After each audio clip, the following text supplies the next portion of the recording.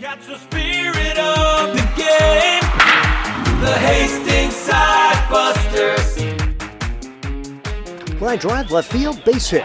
1 run scores. Here comes his 2nd run home, and the Sodbusters have the lead. Us Hastings kids, we kind of have our own little crowd going on in the corner, so it's been a blast. The 1-2 pitch on the way. Called strike 3, and the Sodbusters are out of trouble in the 7th. I kind of get what's expected, and we're supposed to do it the right way, everything else, but at the end of the day, it is summer baseball, and we're here to improve every day, but also have a lot of fun.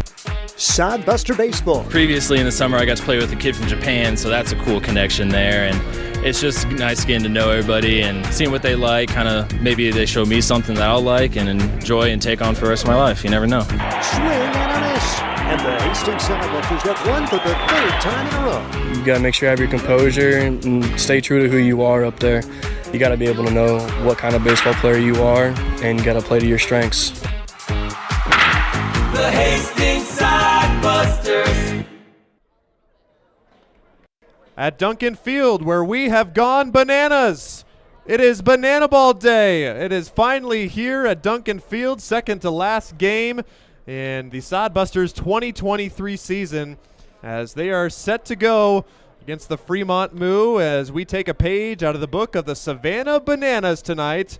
We will play Savanah Banana Baseball rules through this 9-inning contest. If you haven't had the opportunity to experience Banana Ball, or should I say Buster Ball, you are in for a treat tonight. This is Ryan Valenta, Steve Stein, going to bring you all the action of this wild, wacky, and crazy game tonight. We have a treat for you. We will go over all those rules after our pregame interviews. We have head coach Jill Skipper after last night's loss to Fremont, and we will also have one of our last player profiles of the year. We will hear from Tucson native Tyler Welsh, a Hastings College guy. Steve Stein got the chance to catch up with him before today's game.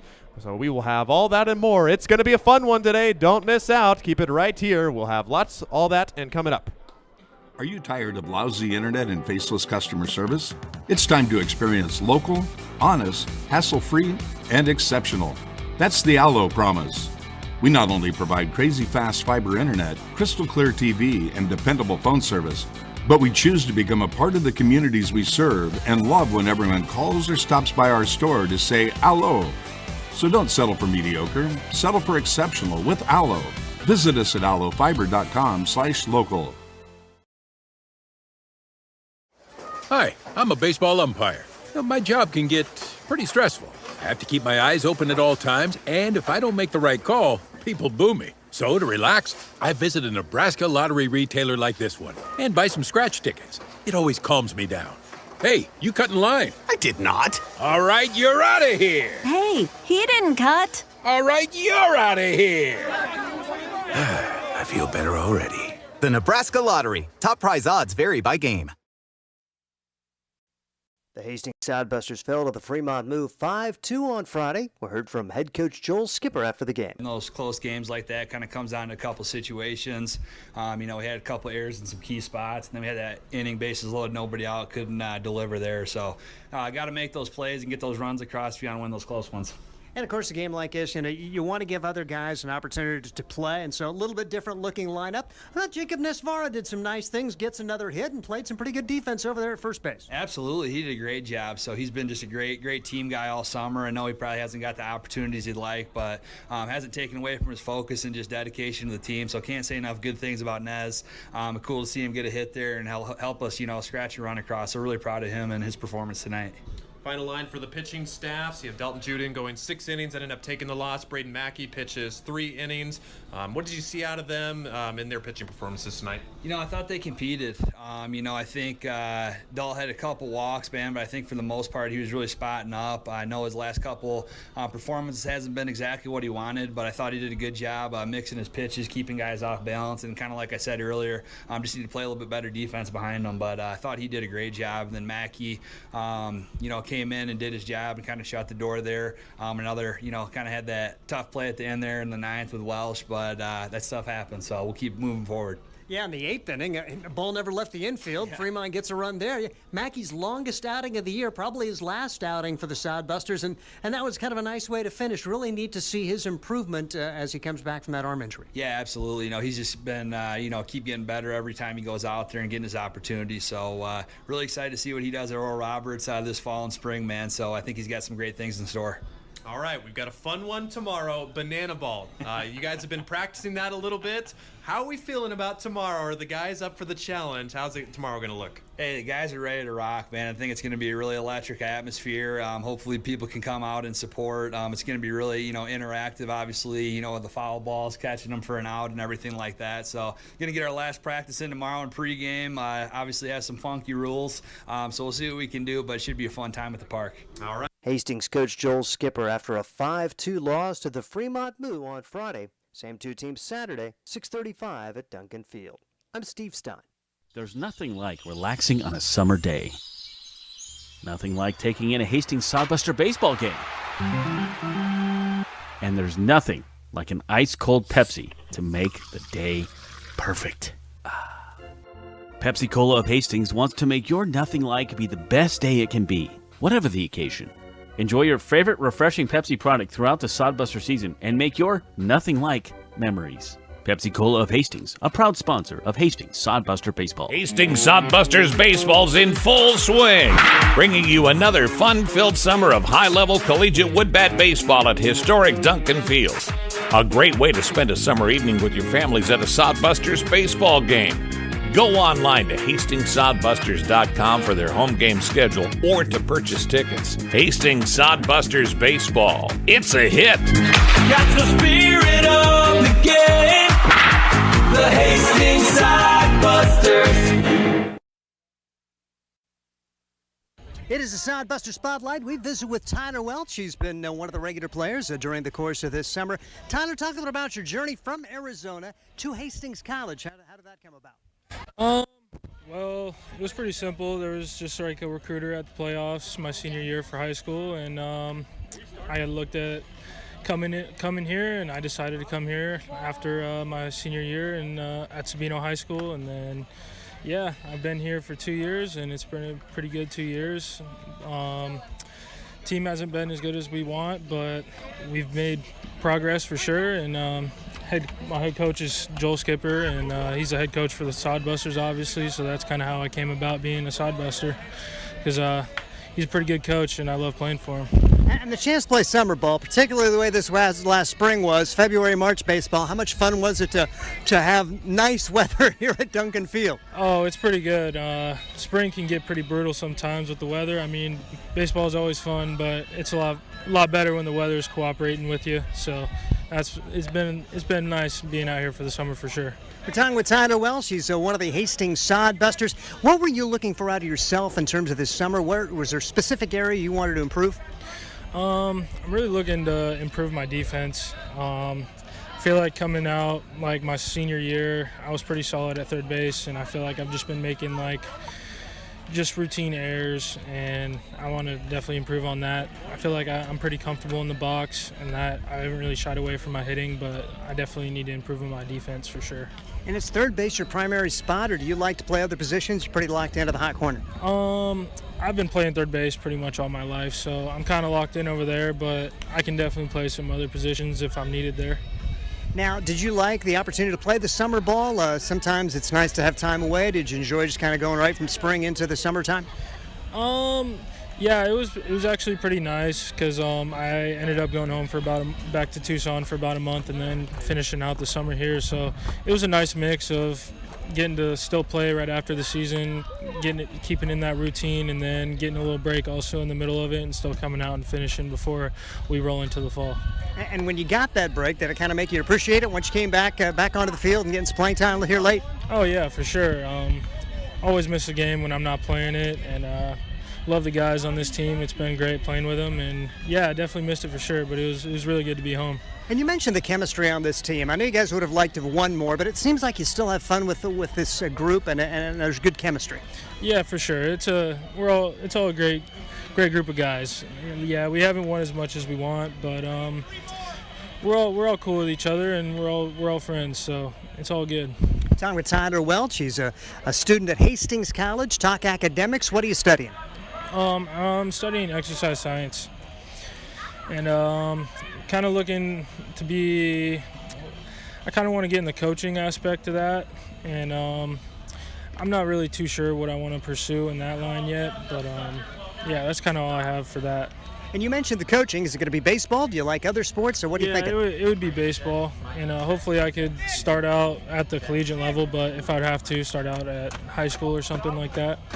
How important is it, or how cool is it to, you have Joel Skipper, you've got Vinny Carino. Do you kind of watch these guys and how they go about things to learn different coaching techniques as well as the guys you work with back in high school?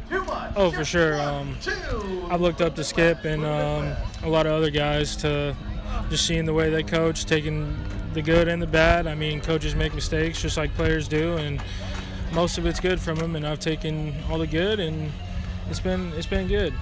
And I know, some guys, Joel seems immensely positive. Some guys are hard on guys. Well, what's your personality? How would that calculate into coaching? I'm sorry, can you?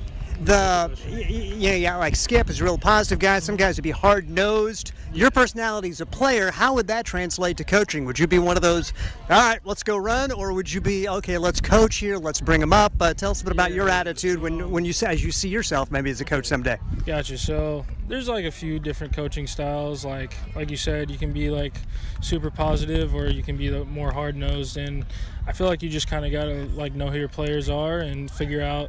You got to kind of get on a more personal level with your guys, just get to know them a little more and let them know like you care about them and that you're here for them as a more than just a game. You're here for them to like be a better man. So stuff like that. And I feel like it's like you can rip into some of the guys that can take it, and then some of the guys that are you got to be a little more sensitive with. You do that. Time for Tyler Welch. We're just getting ready to go for a banana ball. How excited is this group to have one just to kind of let off some steam and have a good time? Oh, it's really exciting, especially it's a game before our last game of the summer, so it's really nice to blow off some steam. Everybody's bodies are kind of worn out. Everybody's ready to go home, and but we're still all having fun playing ball. And this banana ball, I mean, we all watch it all the time and see all the social media clips of it, so it'll be a good time playing for sure. It's our Sodbuster Spotlight. Tyler Welch. I'm Steve Stein. Let's face it, we move our bodies around a lot. And sometimes things happen. A tweak, twist, pull, strain, ache, or pain. At Fisk Chiropractic and Sports Care, their goal is to restore your mobility, keep you moving, and ensure your rehabilitation is effective, efficient, and stress-free. Do you suffer from headaches and neck pain, lower back, or sciatica? Call Fisk Chiropractic and Sports Care today. Start to discover wellness through chiropractic care. Fisk Chiropractic Sports Clinic.com. Start feeling better now.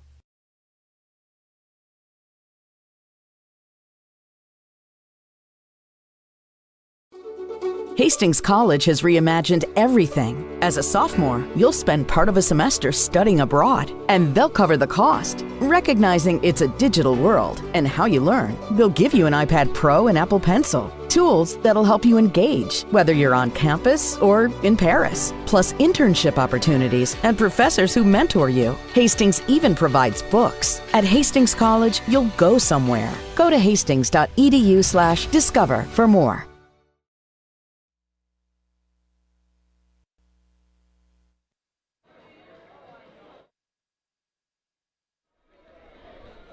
We're at Duncan Field, where Banana Ball is creeping closer and closer here in Hastings. The Sodbusters in their appropriate banana yellow uniforms, as the Fremont Moo and Sodbusters will have some fun today as they play their second to last game of the regular season. The Sodbusters not eligible for postseason play. The Moo locked up the first half title of the Independence League, so they will head to the playoffs starting in the middle of next week. They will play the Casper Spuds. They will travel to Casper for the first two games and then have games 3 through 5, with it being a best-of-3 series, so games 4 and 5 if necessary. It's going to be a fun one today. We have pretty much everybody in the lineup. In our Skips lineup, we have a full list plus some extras and some new names. It's going to be super cool. We're going to get to see the coaches for each team suit up and play today at some point. Saw Jill Skipper, Corey Caranda. Don't think Vinny's playing today, but also Andy Chase is on the substitute roster too. And then the Fremont coaches, they will get to play as well as our visiting broadcaster over there, Rich Ray. We saw him taking some batting practice earlier today. It's going to be a fun one here today in Hastings, Steve. Yep, really looking forward to the opportunity to see the guys just go out and enjoy baseball, but also enjoy some non-baseball activities and probably forget about some of the rules of this banana ball as it goes through. I think this is just going to be goofy, as we're going to have several different things that are going to be a little different than normal baseball, and you and I are both going to have to keep an eye. One of us is always going to have to watch the field, because you never know when somebody's going to steal first base. Yes, so let's check out our rules here. We have those pulled up. You can see them right here. We'll start from the top. Rule number 1, if you win the inning, you get the points. So instead of just scoring it like a normal run rule, whoever gets the most runs in that inning, they win the inning 1-0. So as the innings go on, it's going to be at least a 5-4 game, could even be a 9-0 game, depending on how the game goes. So that's how the scoring works tonight. Rule 2, it's going to be a 3-hour time limit for us. The Bananas normally with a 2-hour time limit, but no new inning can be started after 2 hours and 50 minutes. And in the last inning of the game, every run counts. So instead of just winning the inning, the runs will count there. Rule number 3, no stepping out. If you step out of the box with the pitcher on the mound, it is an automatic strike. Rule number 4, no bunting. The wise words of Coach Kent Murphy: swing the bat, hit dingers, don't bunt. If you bunt, you are automatically tossed from the game. That'd kind of be fun just to see if anybody obliges to that. I would love to see that. Rule number 5, batters can steal first at any time. If preferably probably on a wild pitch or a passed ball, they can try and steal first. It's still a force out, so if they try to advance to first and are forced out, then they are out. Rule number 6, no walks. It becomes a sprint. So when ball 4 is delivered, every defender except the pitcher and the catcher, since they are the one throwing and catching the ball, every defender has to touch the ball before it is live, and hitters can run for as long as they want. Rule number 7, pace of play rule, no mound visits allowed, so won't see any coaches, catchers, or players come and talking to the mound or the pitcher on the mound. So we will see how that turns out in terms of pitching changes. Rule number 8, the fans are involved too. A lot of fans here with their gloves today. If a fan catches a foul ball, it is an out. But just make sure that the fans don't catch a Sodbuster baseball, because they will be called out too. And last rule, number 9, a showdown tiebreaker. We think that they might do a tiebreaker regardless. It's going to be the pitcher, catcher, and a fielder against a batter, and the showdown. Basically, the name of the game there is you have to score or you don't. You either score or you don't, and there are 3 rounds there. We will get to those rules when we get to that, if we get to that in the last inning. So those are the Savanah Banana Baseball rules as we play BUSTERBALL here today. And like we said, with the coaches involved too, this is going to get super fun. Let's take you through our starting lineups real quick for our national anthem. First for the Fremont Moo, Jason Clark leads off and plays first base. Brady Sintek batting second, designated hitting. Brother Carter Sintek bats third and plays shortstop. And Tyler Harrington bats fourth and plays third base. Jason Willers will bat fifth and do the catching. Neil Jansen will bat sixth and play center field. Hunter Palmer batting seventh, playing left field, also wears number 7 there. Blake Tablazon bats 8th and plays second base. And Gavin Alvetti, a pitcher, he will play right field, and he will bat in the 9 hole. And pitching on the mound for the Fremont Moo is Carson Yasa. For the Sodbusters, Taylor Gill will lead things off, playing second base. Jaden Stone will play center field. Cale Jensen will go back to left field. Same starting 3 as last night. Marcos Cabranes will be the shortstop. He got the night off until a pinch hit appearance last night. Nick Jones batting 5th from the designated hitter. Anthony Chavez batting 6th, playing third base. Landon Gaz will play first base and bat 7th. Tyler Kistler will bat 8th and do the catching today. And Kyle Hiltbrand to round things out, he will play right field and bat 9th behind Adam Debo DeBoer. Some nicknames for the guys we're using this weekend. Adam says he usually goes by Adam, but if he doesn't, he is Debo. So Debo on the mound today for the Sodbusters. And those are our lineups today as we are just about ready for first pitch. Again, this is technically a scrimmage game. We've heard from understanding that these stats will not count in Game Changer. They won't go any official stats, but if the player hits a home run, which is a large feat here at Duncan Field, they will count that on Game Changer alone, but it's just going to kind of be a fun game tonight in the second to last game here at Duncan Field tonight. Packed house tonight here at Duncan Field. A great crowd here to join Banana Ball.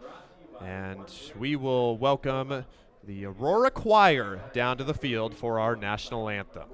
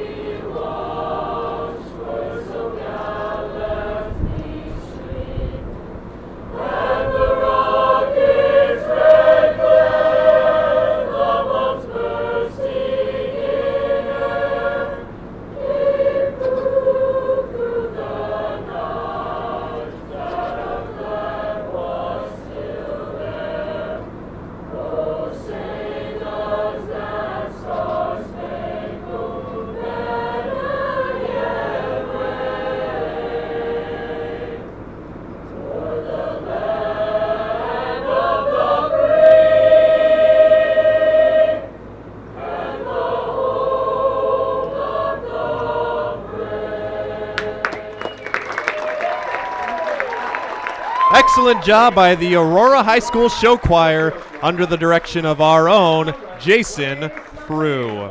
Hello and welcome to Banana Ball. It is finally time here at Duncan Field. The Sodbusters will take the field against the Fremont Moo for Banana BUSTERBALL. Our take on Banana Ball today. This is Ryan Valenta, Steve Stein. I want to thank you for spending your evening with us. If you're not here at the ballpark, hope you're enjoying yourself at home, and we have a fun treat for you tonight. It's going to be regular baseball rules with some twists, and we expect today to be a fun, crazy, and hope everyone here will have fun and go bananas, if you will.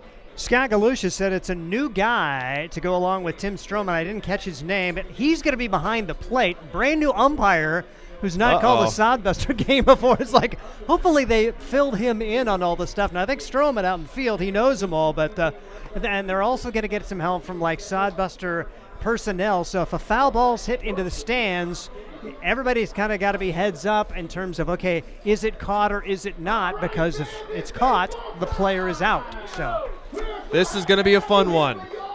Adam DeBoer set to go on the mound. Adam is the Sodbuster starter today. The number's on year for Debo.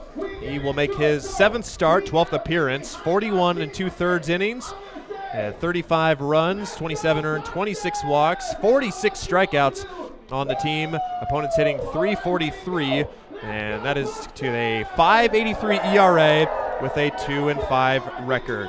Adam DeBoer takes the mound, and he's a former Southeast Community College guy, and I believe he has a new landing spot. Sounds like Des Moines Area Community College That's right. is going to be his new home, and so Des Moines Area Community College, kind of a place in our hearts. A lot of guys have come and gone here, particularly this year, and congratulations to Gage Frank the DMAC guy who was such a big part of the Sodbusters the first month of the year. He went on his college visits, and he has landed a Division I scholarship, SIU Edwardsville. So congratulations to Gage Frank, the former Sodbuster. Maybe we can get him back here next summer as a Division I guy to play this summer.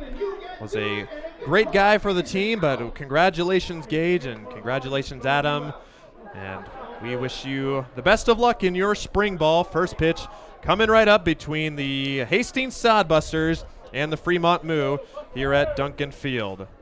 So first pitch, 6:39 p.m., just a little behind, and it is ball one to Jason Clark. Once again, the batters are not allowed to step out of the box. Otherwise, it will be a strike as DeBoer misses high. It is 2-0 to Jason Clark, making his first appearance in this series for the Moo. And there's a foul ball out of play. That's going to be tough for the hitters, too. You hit a foul ball, you want to just step back and take your time there, but you can't do that. So Clark has done that so far as the count goes to 2-1 to him. Swing and a miss. Count is now 2-2.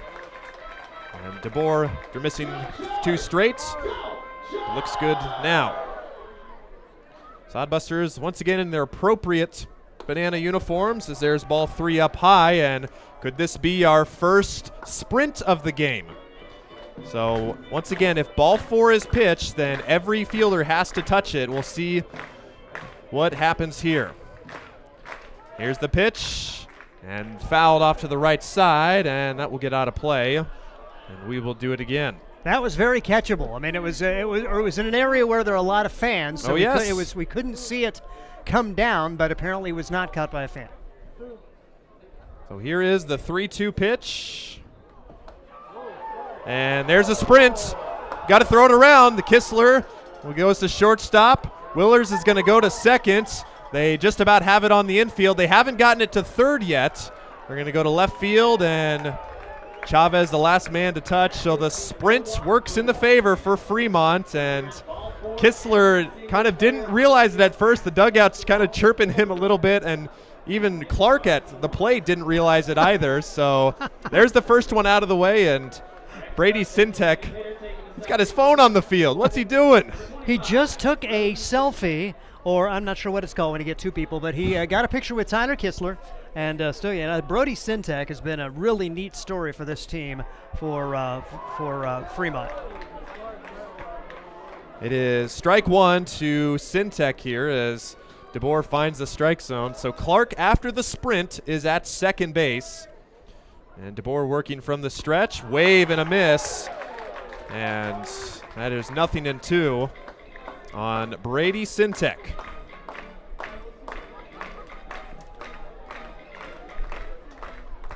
So 0-2 from DeBoer. Here it comes. It's in the dirt, and the count goes to 1-2. So Sintek, a Fremont native, goes to Wayne State College, and he's got his brother waiting on deck, Carter. The 1-2 to him. Ground ball to the shortstop, and Chavez will cut it off at third. The throw over to first is just in time to get him. Clark advances to third, but good play by Chavez to cut that ball off. And there's 1 out with a runner at third base. And Carter Sintek coming to the plate. Pretty cool story. These 2 guys, Brody and Carter, even though they're at the same high school, they're far enough apart. It's only like a 3rd game they've ever played together. Wow. That's awesome. And Brody, by the way, is a pitcher by trade. He has been on the mound, so we're going to get to see some pitchers get at the plate too, which will be a lot of fun. First pitch, good breaking ball. It's in there for strike 1. It's 0-1 to Carter Sintek. Later addition to the Moo roster, just playing in his 6th game for Fremont. He pops that one out of play, and it is 0-2. And it's some of these Moo guys, after those foul balls, they are getting dangerously close to that batter's box line. I'll just tell you that. The 0-2 is up high for ball 1. It's 1-2 to Carter Sintek.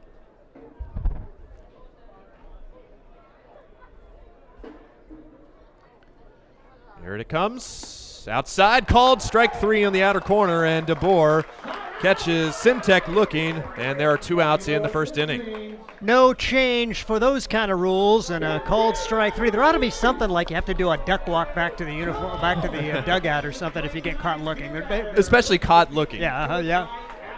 So Tyler Harrington will bat. Harrington went 1 for 4 in yesterday's contest with 2 runs batted in. Swings and misses. Here comes the runner home. Kistler picks it up and will tag out. It's Clark at the plate. Good play by Kistler to keep it close enough, and Clark is out trying to advance. So no run. Sodbusters will just need 1 run to win this next inning, as we will go to the bottom of the first with the Busters coming up. Are you tired of lousy internet and faceless customer service? It's time to experience local, honest, hassle-free, and exceptional. That's the Allo promise. We not only provide crazy fast fiber internet, crystal clear TV, and dependable phone service, but we choose to become a part of the communities we serve and love when everyone calls or stops by our store to say Allo. So don't settle for mediocre, settle for exceptional with Allo. Visit us at allofiber.com/local. Hi, I'm a baseball umpire. My job can get pretty stressful. I have to keep my eyes open at all times, and if I don't make the right call, people boo me. So to relax, I visit a Nebraska lottery retailer like this one and buy some scratch tickets. It always calms me down. Hey, you cut in line. I did not. All right, you're out of here. Hey, he didn't cut. All right, you're out of here. I feel better already. The Nebraska Lottery. Top prize odds vary by game. Bottom of the first inning, the Sodbusters hold Fremont scoreless, so they just need 1 run to win this inning in this Buster version of Banana Ball. Fremont will send Carson Yassa to the mound for the Moo, and after seeing the Sodbusters back on July 3rd, he has been roughed up in every outing since. In 3 starts since that outing, 21 runs, all earned, allowed by Yassa in just 7 2/3 innings. So the teams have had his number. It's been the Prospects twice and Spearfish once. The Sodbusters were not able to scratch a run across him back on July 3rd. So we'll see what kind of an outing it is for Carson Yassa. And one of the stats for Yassa, which just stands out, 25 walks to go along with 25 strikeouts in 15 1/3 innings. So he can strike them out. May not be a ball put in play against him, but he may walk a run home, but no walks. So could see you better be ready to sprint with Yassa throwing. Just saw 1 sprint in the first inning. We'll see what happens here, and that's way high, and guys in the dugout telling Gil to run. Oh, and Gil stepped out of the box. They're trying to appeal there, but I don't think the home plate umpire saw it, so it's just 1-0 to Gil as he smokes that to left field. Coming in is Palmer against the sun, makes the play for out number 1. 1 up and 1 down for Carson Yassa. Yeah, when you get so used to having your routine, that's got to be very hard for batters too. Okay, don't step out. It's an automatic strike, right? Yep. So I think Gil caught a break there. He definitely stepped out of the box. I wonder if it has to be both feet or if you just need 1 feet to step out. But here's Jaden Stone, second batter of the game. The breaking ball misses outside for 1-0. So you can steal first at any time you wish if it comes to that. Ground ball to the left side, backhanded by Sintek. The long throw over is in time for out number 2. And quickly 2 out for the Sodbusters in the bottom of the first. That's just good baseball right now. No banana ball, buster ball here in the bottom of the first. We'll see if things get goofy yet, because like I say, Yassa with his lack of control, one could be going to the backstop at any time, but do you have the presence of mind to take off, and do you think you are fast enough to beat the catcher? So it's a interesting dynamic too. We talked to Scott Galusha before the game, said it's going to be interesting for both teams because they've had limited time to practice this since they've been still playing games throughout the season, but both teams probably on a similar experience level as that's in the dirt, and it's 2-0 to Cale Jensen. Jensen playing left field today as he bats with the bases empty and 2 outs. Fly ball to right center field towards the right field gap. Alvetti going over and makes the play for out number 3. That's one of the Moo pitchers out there in right field as he makes the catch. And 3 up and 3 down go the Sodbusters. So no points in the first inning. It is scoreless. We'll go to the second. Let's face it, we move our bodies around a lot. And sometimes things happen. A tweak, twist, pull, strain, ache, or pain. At Fisk Chiropractic and Sports Care, their goal is to restore your mobility, keep you moving, and ensure your rehabilitation is effective, efficient, and stress-free. Do you suffer from headaches and neck pain, lower back or sciatica? Call Fisk Chiropractic and Sports Care today. Start to discover wellness through chiropractic care. Fisk Chiropractic Sports Clinic.com. Start feeling better now. Hastings College has reimagined everything. As a sophomore, you'll spend part of a semester studying abroad, and they'll cover the cost. Recognizing it's a digital world and how you learn, they'll give you an iPad Pro and Apple Pencil, tools that'll help you engage, whether you're on campus or in Paris, plus internship opportunities and professors who mentor you. Hastings even provides books. At Hastings College, you'll go somewhere. Go to hastings.edu/discover for more. Top of the second inning. It's Buster Ball here in Hastings. No runs for both sides, so no points. It is still a scoreless game. Again, if you score more runs in an inning, doesn't matter how many, you get the point, but neither team able to scratch across a run as both pitchers face the minimum through the first inning. And the Sodbusters will face 4, 5, and 6 for the Moo. And speaking of the Moo, I see a lot of orange and purple right below us in the press box. Good to see some of the Fremont fans making the trip. This is a lot of fun. It is a packed house here today, and we got a lot of baseball to play. Strike one to Tyler Harrington, and it is 0-1 from Adam DeBoer. Right-hander from the windup. Up high and doesn't offer. They'll check down to first. Emphatic no swing call from Tim Stroman, our field umpire. Wonder how long it's going to be before we get some dancing on the field. I wonder if they had time to choreograph some moves. Swing and a miss as Harrington comes up empty for strike 2. And he is the beer batter. He's pumping up the crowd. Let's see if DeBoer can strike him out here. Fouled off, and that will get out of play. Hopefully there's a fan in the parking lot over there. It's amazing how everybody's looking at foul balls today. Most of the time you see one go over your head, you don't pay attention. People stand up and see where it's coming down. The 1-2 from DeBoer.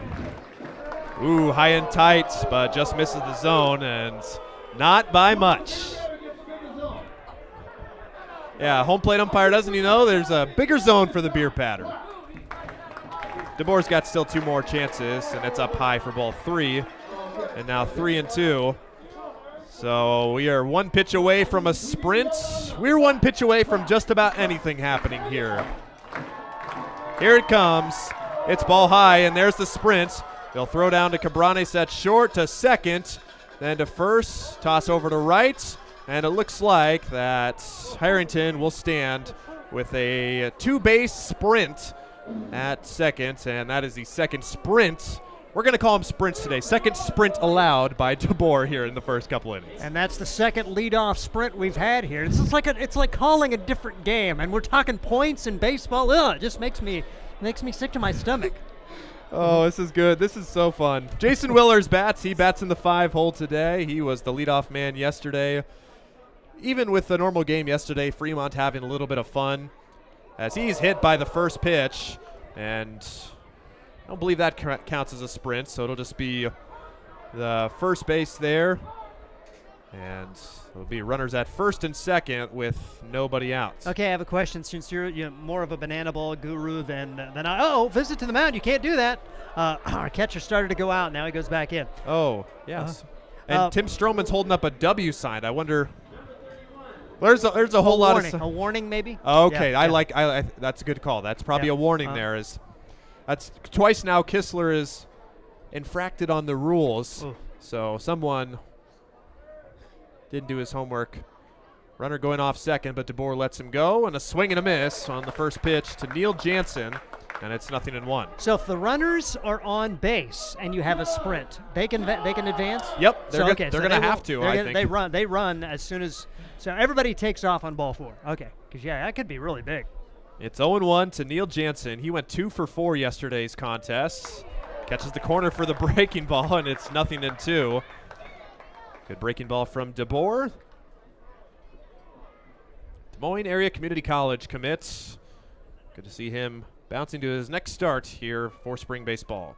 Swing and a miss, 3 pitches, and Jansen is gone on strikes, and second punch out for Adam DeBoer, and there's 1 out. Opportunity to get out of this with no damage done, but like I say, you walk him, and then that sprint happens, and 2 runs likely score. Yep, 2 runs at first and second. Maybe with Willers at first, maybe you have a shot, but interesting how the Sodbusters are throwing it around. They have the toss. It's literally just a little baby toss from first to right field, and they chose to do third base last both times.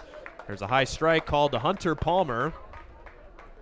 Palmer did not play in yesterday's game, and he bats with 2 on and 1 out. Pitch from DeBoer, high and tight, and it's 1-1 to Palmer. Palmer from South Dakota State University. Team leader with 16 stolen bases. It'd also be fun to see the batters choose to steal first. Make sure the runners are looking too. If it's a force out, they'll have to run too. Foul ball, but just out of the stands. That's one thing too. The stands very close to home plate at Duncan Field, so not a ton of foul balls reach the stands normally, but we have good stands coverage tonight. If it does reach the stand, a fan will definitely have a chance to make the play. 1-2 to Palmer. Popped up on the infield. That'll be an infield fly as Gaz puts it away, and there are 2 outs on the catch, and runners will remain at first and second. Good job for Landon Gaz to fade back there, and no deke job this time. Yesterday, Josh Printer let the infield fly fall just to try to get the runners to advance. I would think you'd throw out the infield fly rule for Banana Ball, too. Well, that would be an yeah, interesting twist that would on make it more fun. Yeah. So Fremont now down to their last out to score in the second inning. It'll be up to Blake Tablazon. Tablazon went 1 for 3 with a triple in last night's game. As there's a strike, and it's 0-1 to Tablazon. And Tablazon took about 2 steps back and realized he was still in the box. And whoops, can't do that. They're pretty big batters boxes, too. They are. It's downstairs for ball 1 rather, and Tablazon now with a 1-1 count. Tablazon driving in his team leading 4th triple last night, but did not come around to score. Breaking ball, tried the back door, but does not get the call, and it's 2-1. The wind blowing out heavily to right field today, as it did yesterday. We've mainly seen it blow out into the left. Good pitch, fastball in the outer part, and it's 2-2. And DeBoer with the paint job and gets the count even in his favor.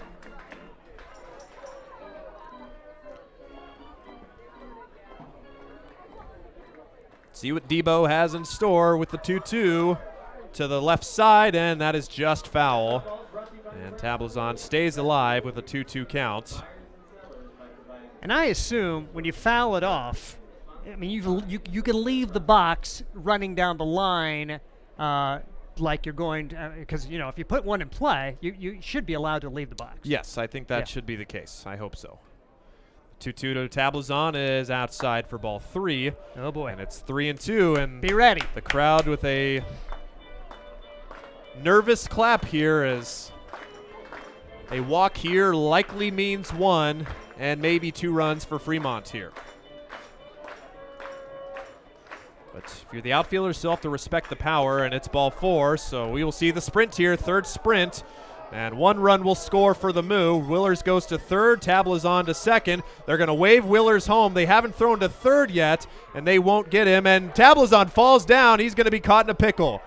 They'll run at him at 3rd. Chavez runs back, and he's going out to no man's land.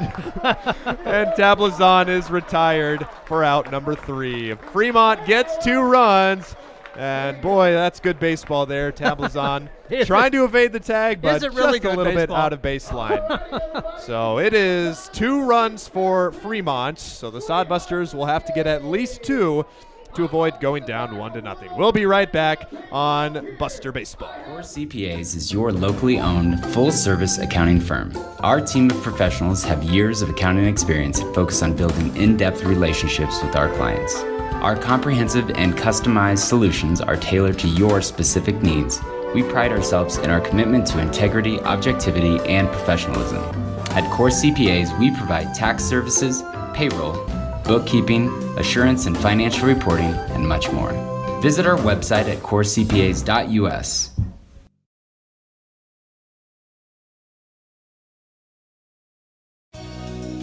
Blue Fork Kitchen features elevated comfort food in a family-friendly, fast casual environment. With a full menu, you can sit down for a nice meal or order online for pickup. From salads and wraps to burgers and steaks, Blue Fork Kitchen has your kind of food. Open Tuesday through Thursday, 11 to 9 p.m., and Friday and Saturday, 11 to 10 p.m., with a special brunch buffet Sunday from 9 to 2 p.m. Blue Fork Kitchen is located in the Cimarron Plaza, 38th and Osborne Drive in Hastings. Like them on Facebook. Fremont comes through in the top of the second inning. They score 2 runs on a sprint. And a little fun action from Tablazon in the move. A little bit of a base running intentional blunder, if you will. But Fremont, regardless, gets those 2 runs, and Sodbusters will need at least 2, if not 3, to tie or win the inning. And if not, then Fremont will go up 1-0 here, and 4, 5, and 6 due up for the Sodbusters. Tablazon out of the baseline. It goes 1-6-4, 3-7-9, 8-5 on the actually 1-2. Sorry, 1-2-6, 4, 3, 7, 8, 9, 5 on the putout. 5, and then and then he had it right. I don't think he ever threw it back. Did he throw it back to the shortstop? I guess he threw it. He did throw it to the shortstop, okay, and then so 5, 6, and then Tablazon.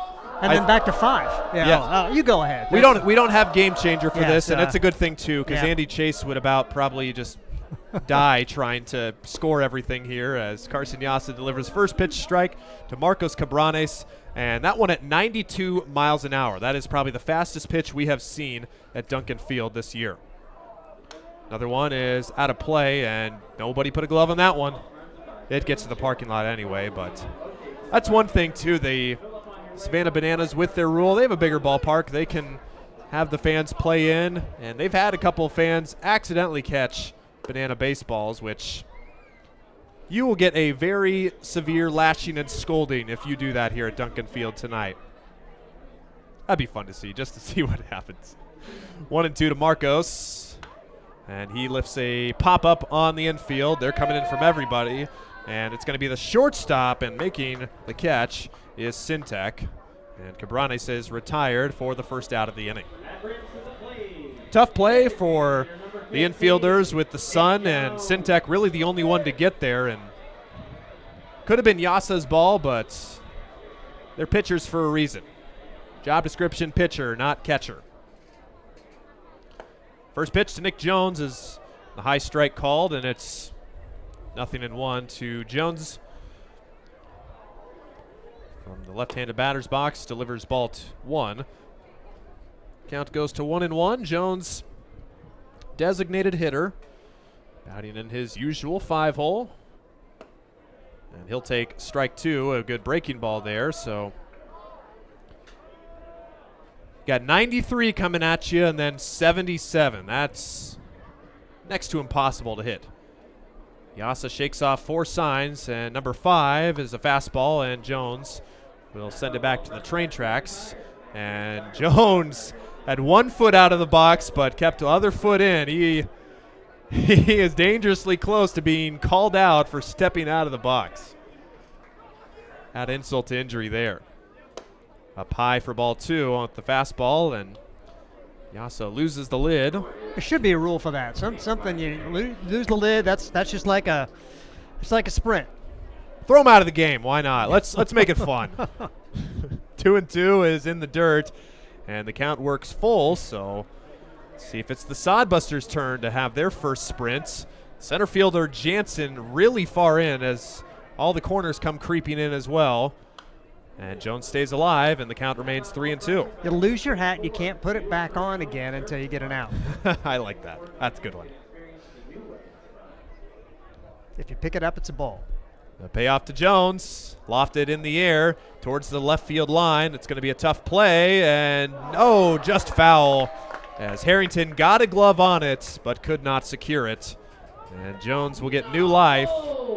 It stays 3-2. How hard was that for Harrington, too? With the wind blowing from right to left, he almost couldn't help but overrun it because it was blowing it back toward the field of play. So Jones once again with a 3-2 count. Outfield coming in expecting a sprint, but it's down the left field line and just foul again. Jones trying to use that opposite field approach. And it's just a tad tardy on both of those last two swings. Really good at bat in progress here for Jones, though, as he continues to work the pitch count after Yasa threw only 5 pitches that first inning. With game changer not active, I'm not going to have a pitch count today. It's That's ball 4, and Jones, there he goes. He's on his horse, and it gets way back. It's stuck in the dugouts, but they're going to let it go. Can Jones get 3 here? Oh, yeah, They've only gotten a couple fielders, and Jones, he will slide into third on the sprint as that ball went all the way back to the Fremont dugout and got stuck there for a second. Willer's not able to dig it out, and Jones is at third with a 3-base sprint. How about that? Doesn't have a triple this year, but by golly, it's just as good at it here in BUSTERBALL tonight. So Anthony Chavez will bat next. Chavi, as the dugouts have called to him. Oh, is Yasa getting pulled? Oh, Wenzel came onto the field. Are they called? What's? Hold on. Tim Stroman was signaling out or something. The what? I don't know. Everybody, the Fremont guys started to come. Stroman made a signal of some sort. Oh, well, Jones has left third. So Jones is out for some reason. I didn't understand what happened there. I know Wenzel came onto the field to pick up something. So, yeah, don't catch that ball as Chavez pops it out of play. My guess maybe is, would it have had something to do with Joel Skipper at third base maybe talking to Jones? So a visit to a guy on the bases. I don't know. Here's Chavez swinging. It's grounded to the shortstop who can't make the play. And Chavez is on board. And got to figure that'll be a single there. Good play by Syntec just to get a glove on it. But that is what should be a single. And it'll be runner at first with 2 outs. We'll have to see after the inning what happened with Jones there, because I'm looking at the rules here and I'm not quite sure why Jones was called out at third base. And Landon Gaz hit by the pitch, square in the leg on the first one. He will take his time and stroll down to first, and now 2 more have reached. There are 2 on with 2 outs. And it's a big call to get Jones thrown out, because you would have the bases loaded, only 1 out, and 1 sprint away from at least getting 2 runs on the board here, which would tie the inning, which would mean nobody would get points, so it would still be 0-0. Because right now it's 2-0, but it's not. It could be 1-0 Fremont if this thing happens here, if the Sodbusters don't score. At least 2. So it's going to be up to Tyler Kistler with 2 outs. And it is 1-0 as Yasa misses downstairs. Fastball sitting at 90, and he's topped out at 93 so far. In the dirt, good block by Willers. And it is now 2-0. Got a take sign here, right? Like I say, the sprint's almost bigger than a hit. You know, you just you got to find a way to work that walk for a guy who's walked over 1 an inning. Not a whole lot of speed on the bases, but you figure you will be able to get at least 1, maybe 2. And the count goes 3-0, so coach calls the outfielders in, but Kistler could drive one over their heads if he wants to. And the pickoff throw, Chavez flailing his way back into second, but no throw. It's still 3-0 to Kistler, who's taking all the way, and the sprint is on. They throw to the shortstop, to second, the third. Chavez is going to score. They get it to left field. Uh-oh, is Kistler going to be out? He's safe. Kistler's safe at second base on the sprint. And Gaz at third, and I thought they might have had Kistler at second base as they got it to all the fielders just in time. But Kistler dives in ahead of the tag. And it's 1 run for the Sodbusters. They still need 1 more. That's right. It's like match play golf. So yeah, if you kind of think of that, like right now, Fremont's got 2, Hastings has got 1. Hastings has to get 1 more to have the inning, if you will. If they get 2, they win the inning.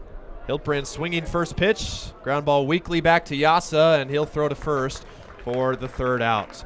So the Sodbusters only with 1, so Fremont wins inning number 2 by a score of 2-1. So overall, it is 1-0 Fremont, and they will come back to bat in the top of the 3rd. We'll take a quick break, and we'll be right back with Buster Baseball is sponsored by Jerry Spady Chevrolet GMC. It's one of the many ways Jerry and Greg Spady, along with their families and employees, have proudly embraced a passion for giving back to the community. The folks at Jerry Spady Chevrolet GMC realize the importance of enriching and improving the lives of their neighbors. They've accomplished this through philanthropy and active personal involvement. Featuring the top new and used inventory in the region and a certified service department, Jerry Spady Chevrolet GMC, 2750 Osborne Drive East in Hastings, or at spady.com. Make your next pit stop at the Coach's Corner, a friendly staff and a deep lineup of snacks. You can find Coach's Corner in North Hastings on Osborne Drive East. More than just a gas station, Coach's Corner is the place to get delicious pizza made fresh for you and your family. Don't take our word for it. It's so good it'll be featured at selected Sodbuster home games this season. For a convenient and clean experience, be sure to check out the new convenience store in North Hastings, Coach's Corner. We head to inning number 3, and the Hastings Sodbusters trail it 1-0 in Buster Ball. It's the Hastings version of Banana Ball. So the way it worked out, Fremont scored 2 runs in their half of the second. Hastings only scored 1, so Fremont wins the inning. They get 1 point. I hate to say that, but it is 1 point. That's more accurate than 1 run.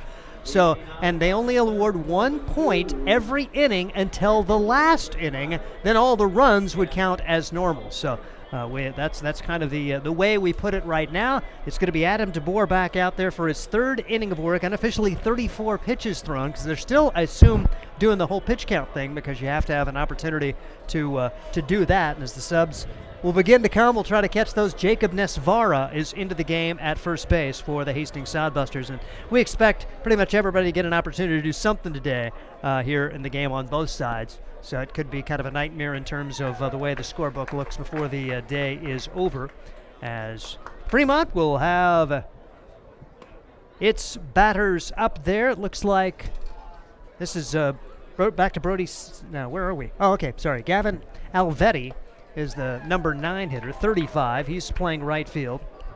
Already this whole points thing, I wrote the points thing in my number 9 hitting spot, so it messed me up. 1-2 pitch on the way to Alvetti. He swings and misses. That is a pitcher making his first plate appearance. And Alvetti, who picked up the save yesterday, gets a strikeout here against DeBoer, and DeBoer's been all right. Just too many walks. Can't afford to give those walks, which turns into sprints here in Banana Ball. And I got to give Fremont a lot of credit. The way they played the sprint, they were pretty crisp. They made that one with Kistler at second base very close. Yep. Sodbusters haven't quite got that down yet, but that's not something you practice every day. Want to know the count now? Back to the top of the order, Jason Clark. He did walk, sprinted, ended up at third base, did not score. Count goes to 2 balls and no strikes. Like I say, walks are killers anyway, maybe even more so in Banana Ball. If you're just tuning in, a few different rules, and it's entertaining. Game does not count. Catch it! Oh! It landed in the lap of some people in the front row, but it just rolled right across from them. That was the first real chance for a fan to catch a foul ball there. As the pitch is taken high and tight, 3-1. As the man's excited next to me now. Again, foul ball caught in play. It's an out. We're not going to see too many of those. So 3-2 now. Got to take advantage of when we can, guys. I just was not ready for Ryan Valenta to scream in my ear, catch it. I'm thinking, I can't catch it. I can't. Yeah, Jason Frew saying catch it, but it's out of play. Still goes to 3 balls and 2 strikes. I feel like I'm a Cincinnati Bengals announcer now, and they're color guys all over the guy. You know, have you ever heard the Bengals color guy? Yep, just all over. 3-2 pitches on the way again. High for ball 4. Sprint's coming. Sodbusters get it. Shortstop, second, first, right field to it's stuck in the glove, center, left, and third. And Sodbusters just haven't got that. And that Fremont was very crisp, and so it is going to be a 2-bagger on the sprint for Jason Clark. So runner in scoring position. You're always in scoring position, Banana Ball. There's still only 1 out, and Fremont has 1 point on the board to Hastings 0 after 2 innings of play. Having fun. We still have not got verification on why Nick Jones was erased at third base, but that was a... Oh. Okay, a little bit of showmanship here as the batter is going to be presented his helmet and his bat, his weapon of choice, as, yes, they are having fun. Runner at second base and 1 out, like the royal batter coming to the plate here for the Fremont Moo in the third. Ball 1. 1 ball and no strike. That's not Syntek anymore, is it? He hasn't turned his back because you can't leave the batter's box. I'm thinking it's not Brody Syntek. Is it 27? Yeah. Inside. Is that Hamza? I thought he had longer hair than Hamza. He must have had something on yesterday, but that is 27. Yep. So. Okay. We'll. So there's your pitcher, Lucas Hamza, who picked up the win on the mound. Is ahead in the count. 2 balls and no strikes. Adam DeBoer needs to bring strikes. Swing and a miss. Hamza. Big swing, no contact there. We expect a lot of guys to see playing time today, and we apologize because we're not going to be able to pick them up as crisply as we'd like. So Lucas Hamza gets his opportunity to bat. 2-1 the count. Big swing, no contact. Hamza stood in the batter's box as his bat and his helmet was brought to him, like the royalty that he is for the Fremont Moo, apparently. Good showmanship. Like I say, it's just for fun today. 2-2 pitch on the way. Hamza swings and misses, and there's a second out here in the third inning, with Fremont leading it 1-0. You saw that some pitchers for Fremont were taking BP before the game, and that's a dream come true for a pitcher. You spend all the season on the mound, and just to get an at-bat, you want to be in swing mode. So can't blame Hamza for swinging right there, but that's fun. Here's Carter Syntek, and he takes on the outside corner for strike 1, no balls and 1 strike. So Fremont, they do not have a hit in the game at this point, but they're getting their job done with their sprints, the walks which turn into sprints, and this one popped a mile high, short center field.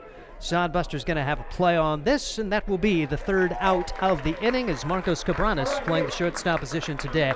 Nothing happening for Fremont in their half of the third. We had the bottom half of inning number 3. It's 1-0 Moo, and this is Sodbuster Baseball.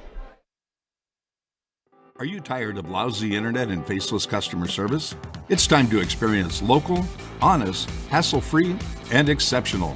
That's the Allo promise. We not only provide crazy fast fiber internet, crystal clear TV, and dependable phone service, but we choose to become a part of the communities we serve and love when everyone calls or stops by our store to say Allo. So don't settle for mediocre, settle for exceptional with Allo. Visit us at allofiber.com/local. Hi, I'm a baseball umpire. My job can get pretty stressful. I have to keep my eyes open at all times, and if I don't make the right call, people boo me. So to relax, I visit a Nebraska lottery retailer like this one and buy some scratch tickets. It always calms me down. Hey, you cut in line. I did not. All right, you're out of here. Hey, he didn't cut. All right, you're out of here. I feel better already. The Nebraska Lottery. Top prize odds vary by game. At the bottom half of inning number 3, it's BUSTERBALL, the Hastings version of Banana Ball. So we will say it's 1-0. Fremont on top. Heading into the bottom of the third, Fremont did not score in the top half of the inning. And so the Hastings Sodbusters, if they can score a run, they would get the point for this third inning. Does that make any sense to you whatsoever if you're just tuning in? Hopefully it does. It does not, but if you're just joining us, read up on Banana Ball rules on the Savanah Bananas websites. My question is this. So if the Sodbusters score, is it like a walk-off? Because they've already won the inning, so why keep playing? I thought about that earlier, but then it's like you want to get guys the opportunity to get at bats. I would think you want to keep going. Okay. Because you could rip through a game in a hurry if you just, that's exactly what I thought. Well, why keep playing? But I think they will keep playing just for the fun of it. That's because it's all about the fun. Big swing, no contact for Taylor Gill. No balls and a strike. He flew out to left his first time up, and got a pretty good strikeout guy up there. Yasa, he's been a big walks guy too, but so far has minimized the damage. Plus, Fremont has been great on the sprints as they done a nice job of really getting their 1 through 9 guys to touch it in short order. 1-1 pitch on the way, and this one is grounded sharply to the third baseman. Fields it cleanly. Tyler Harrington throws to first on a bang-bang play. Taylor Gill is out. So 5-3 on the put out there. That will bring to the plate Jaden Stone, center fielder for the Hastings Sodbusters. And the stats won't count, but Stone for the year, 3 for 12. He had a pretty good series against Badlands. Did go 0 for 4 against Fremont yesterday. Fremont won that game, breaking the Sodbusters' 8-game home win streak, 5-2 the final in that one.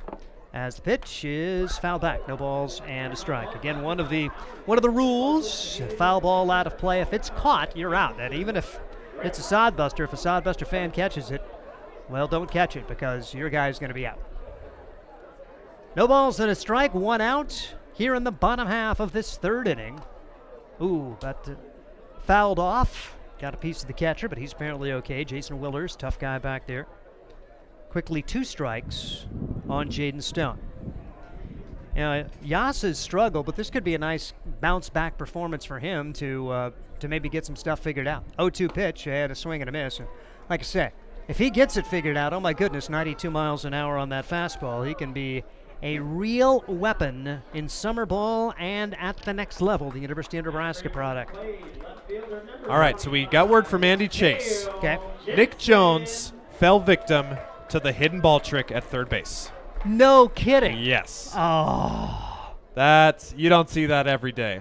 I'll have to go back and look at the replay and see that, but I don't remember time ever being called, so something must have happened there. So Jones got basically picked off, and that turned into a huge play. Here's a hard hit ball back up the middle, and that's a base hit. That Cale Jensen, because that turned into a situation where the Sodbusters certainly would have gotten another run. They would have been batting still, so that cost them the point of that inning. Yes, that's what it did. It cost them the point in the second inning. If I say point tomorrow during the regular broadcast, I'm going to blame today. I will. Yeah. You'll have to understand us. Yeah. We're going to have to go completely about face tomorrow. Yeah, because it's real baseball for the season finale tomorrow, 6:35. So runner at first, 2 outs. Sodbusters just need to get a little, they'd love a hit, but get a sprint too. Maybe get that runner home from third, or from first, all the way on the sprint. Jensen leads away. First pitch fouled back from Marcos Cabranes. 0-4-1. He popped up to the shortstop his first time up. And Marcos, did he step out? They're saying that he stepped out of the box. Did he still have 1 foot in? Fremont thinks so, and I, quite frankly, wasn't looking. So the Moo thought there should have been a strike called. Pitch way high. 1 ball and 1 strike. Again, these guys aren't used to that either. There's going to be some neat moments. One of the more fun moments was Blake Tablazon trying to advance from second to third and just totally running out of the baseline. Pitches down low. And give Fremont some credit. If they did the old hidden ball trick to get Nick Jones, you got to give a tip of the hat. Tip of the hat to the Moo. 2-1 the count now on Cabranes. He's ahead in the count. Sodbusters, if they can get a run here, they would get the point for the inning. They trail it 1-0. We're in the third. Neither team scored in the first. Fremont scored 2 in the second. Hastings got 1. Just 1 point awarded. So Fremont ahead 1-0. That's where we stand here in BUSTERBALL. 2-2 the count on Marcos Cabranes. And the pitch. Swing and a miss. Yasa loses his hat, but will not pay any kind of penalty for that as the Sodbusters are gone here in the third. It's still 1-0 Fremont. This is BUSTERBALL. Let's face it, we move our bodies around a lot. And sometimes things happen. A tweak, twist, pull, strain, ache, or pain. At Fisk Chiropractic and Sports Care, their goal is to restore your mobility keep you moving, and ensure your rehabilitation is effective, efficient, and stress-free. Do you suffer from headaches and neck pain, lower back or sciatica? Call Fisk Chiropractic and Sports Care today. Start to discover wellness through chiropractic care. Fisk Chiropractic Sports Clinic.com. Start feeling better now. Hastings College has reimagined everything. As a sophomore, you'll spend part of a semester studying abroad, and they'll cover the cost. Recognizing it's a digital world and how you learn, they'll give you an iPad Pro and Apple Pencil, tools that'll help you engage, whether you're on campus or in Paris, plus internship opportunities and professors who mentor you. Hastings even provides books. At Hastings College, you'll go somewhere. Go to hastings.edu/discover for more. The fourth inning, it is 1-0 Fremont. Fremont won the second inning, so they have the only point on the board. Neither team scored in the first, neither team scored in the third. Fremont scored 2 in the second inning, while Hastings got 1, and the Sodbusters were the victim of a hidden ball trick. Give the Moo a lot of credit as they got Nick Jones at third base. And that's why Jones, who went all the way to third on the sprint, but then was the victim of the old hidden ball trick. Sodbusters going to be rotating different guys in there, and it looks like Tyler Welch is in at third base for the Hastings Sodbusters, as Nesavara is at first for Hastings. Going to be seeing some different guys during the course of this one. Looks like Eli Merritt also in right field for the Sodbusters, and he will replace Kyle Hiltbrand. In all seriousness, I wonder if it's going to be real baseball rules. You can't re-sub in, or maybe they'll let other guys sub back in. We'll see how things go. I would think they probably pretty much have free subs. Uh-oh! Guy went from the left-handed batter's box to the right-handed batter's box. I guess that does not count as a strike because he technically jumped over the plate. And he takes a strike. He's going to go back the other side as back and forth we go. 1-1 the count. And here's a little line drive to the second baseman. Gills got it, throws to Nesvara out, and that was Connor Peterson batting there. So, again, going to see a lot of different guys during the course of this one. And Peterson, a little showmanship. I got to give Fremont a lot of credit. They've been having some fun. Jason Willers will bat now. He was hit by a pitch and came around to score on the sprint. He actually has the run that gave Fremont the point in the second inning. Yes. No balls and 1 strike is the count. So 4-3 put out to get Peterson. Willers is at the plate now. DeBoer continues to work. He's thrown somewhere around 50 pitches. This is a shot to the left center field gap. No banana balls rule here as Jensen fields it on a hop. Throw coming into second base, and that will be a double for Willers. A rocket shot from Jason Willers. He has got a little steam. The Morningside guy, 2 home runs, 6 doubles on the year. That double won't count in his season stats, but he smoked that one into the left center field gap.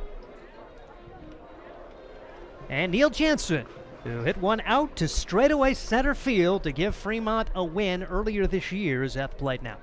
Struck out his first time up, against DeBoer, and he takes it high. And boy, I hope that did not get underneath his helmet. I think it hit him up or back, and he is apparently okay as he makes his way down to first. Whew!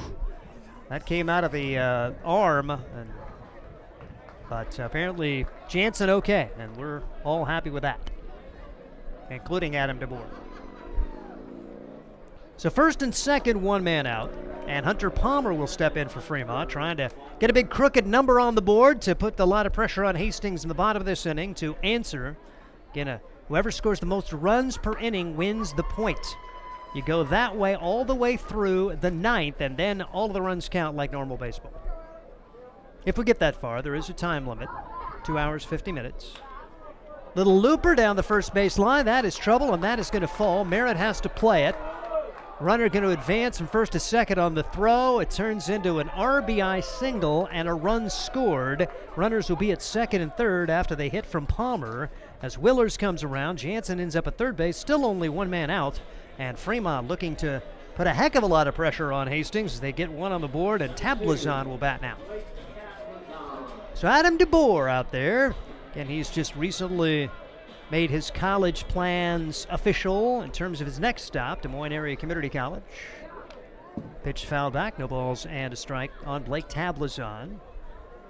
Tablazon, the guy who just left the bases after he ended up getting to second on the sprint, got caught between second and third and just ran to the outfield. Guys are having fun.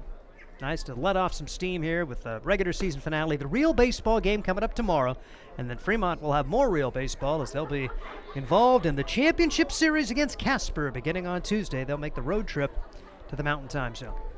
For the first 2 games, pitch across, now 1 ball and 2 strikes on Tablazon.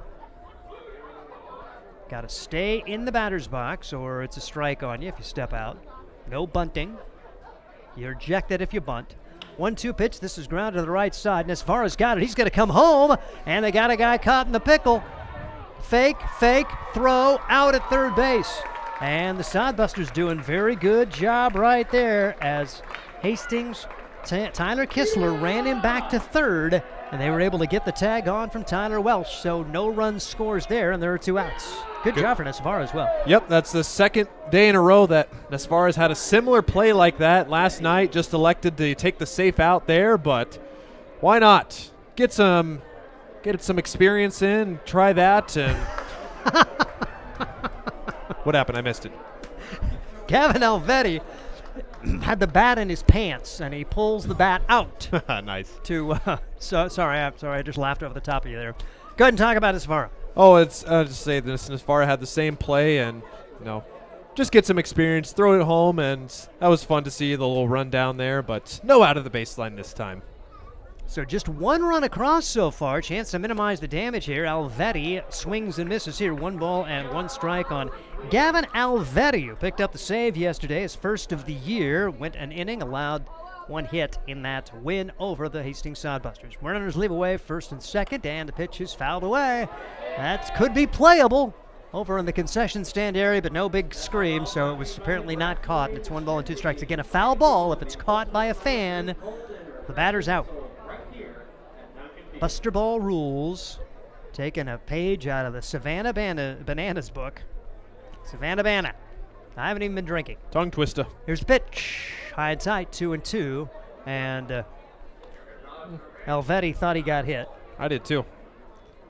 Not called. 2-2. DeBoer, a check of the runners. Takes his time, brings home the pitch, called. Strike 3, Alvetti's gone. So just 1 on the board out of all that. That's probably a Sodbuster win, but they need to get at least 1 to have the inning. When we come back, it is the Sodbusters trailing it right now by a score of 1-0, and this is Sodbuster Baseball. Sodbuster Baseball is sponsored by Jerry Spady Chevrolet GMC. It's one of the many ways Jerry and Greg Spady, along with their families and employees, have proudly embraced a passion for giving back to the community. The folks at Jerry Spady Chevrolet GMC realize the importance of enriching and improving the lives of their neighbors. They've accomplished this through philanthropy and active personal involvement. Featuring the top new and used inventory in the region and a certified service department, Jerry Spady Chevrolet GMC, 2750 Osborne Drive East in Hastings, or at spady.com. Make your next pit stop at the Coach's Corner. A friendly staff and a deep lineup of snacks. You can find Coach's Corner in North Hastings on Osborne Drive East. More than just a gas station, Coach's Corner is the place to get delicious pizza made fresh for you and your family. Don't take our word for it. It's so good it'll be featured at selected Sodbuster home games this season. For a convenient and clean experience, be sure to check out the new convenience store in North Hastings, Coach's Corner. Bottom half of the 4th inning, officially 1 point on the board for Fremont. Fremont has a run in the top of this inning. The Sodbusters need 1 to make it zeros on either side. If they get 2, they win the inning and would get a point. Yes, this is Buster Ball.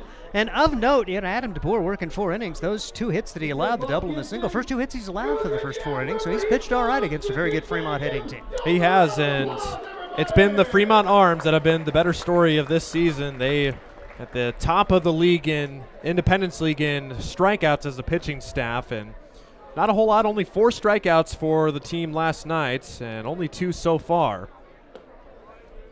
And the Sodbusters will have Nick Jones at the plate, the left-hander. He reached on the walk, turned into the sprint. He made it all the way to third after the ball got stuck. Ball bounces away, but Jones does not advance. You can steal first, by the way. Yep. Jones got all the way to third after the ball got stuck near the backstop or over by the Fremont dugout, but then got burnt on the hidden ball trick. Hats off to Fremont. 1-1 pitch. Jones takes it the other way, so he's down on the count. Now going to be facing more of this 90-mile-an-hour fast work from Carson Yasa. Fastball, tremendous for Yasa, and then he throws the off-speeder to about 77, so that's real baseball. 1-2 pitch on the way. Goes with a high heat, misses. 2-2 on Nick Jones. It turned into a play that actually cost the Sodbusters a chance to win the inning. Fremont would get their point. Pitch swung on and missed, and a strikeout for Yasa. So Nick Jones down, and the Sodbusters had done a decent job at putting in play against the hard thrower, but that is the third strikeout in the last 4 at-bats for Yasa. Now the Sodbusters will bat Tyler Welch. And to put it into perspective again, with Yasa on the mound, 90-plus, has that 76-mile-an-hour hook as well. It is just, if he can locate that, that is devastating for his hitters. Welch 250 for the summer, played some early, then went home for about a month, has come back to join the team at the end of the year, and then will stick around and go to Hastings College again. He's played a couple of years already for Joel Skipper, enjoys his time, an exercise science major. 1-0 delivery is on the inside corner for strike one. 1-1 on Welch, playing third base now in place of Anthony Chavez. Here's the 1-1 delivery. Low for ball 2, 2-1. Really good credit to Jason Willers. He has stopped pretty much everything. And again, if ball gets in the dirt, goes back the backstop, you can elect to try to steal first base, although it's a force out at first. Pitch fouled away, 2-2 now on Welch. Sodbusters have to get a run here, otherwise Fremont gets the point and does take a 2-0 lead. They have already scored a run in the top of the frame. Pitch is outside for a ball. 3-2 now on Tyler Welch. Hastings Sodbusters and Fremont Moo.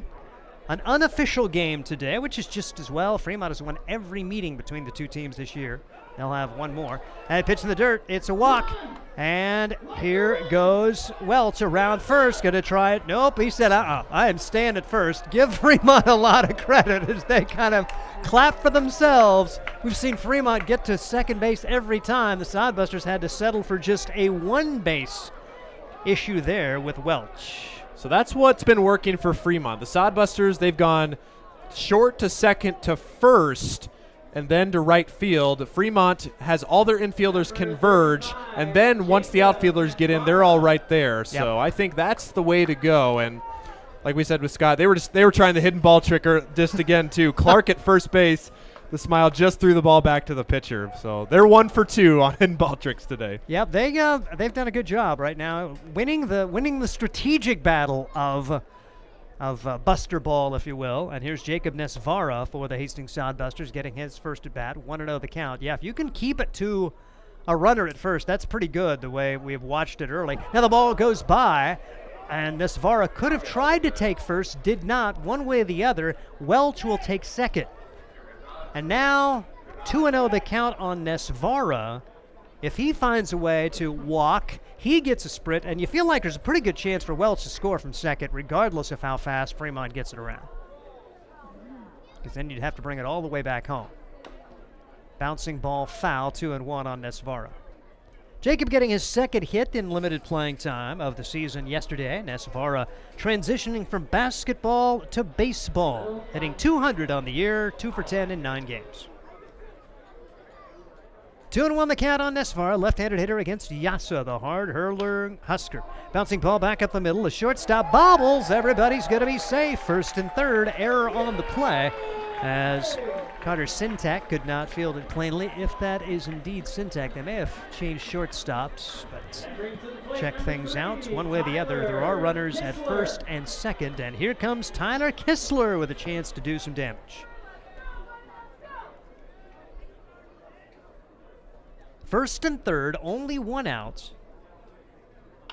Here's a bouncing ball toward the first baseman. It's off his glove. One run will score. Throw to first. Safe.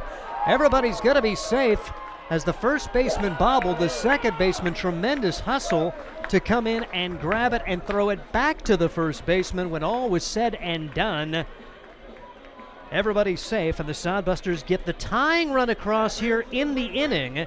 Now if they get one more, they would get the point for the fourth inning. Understand? It's okay.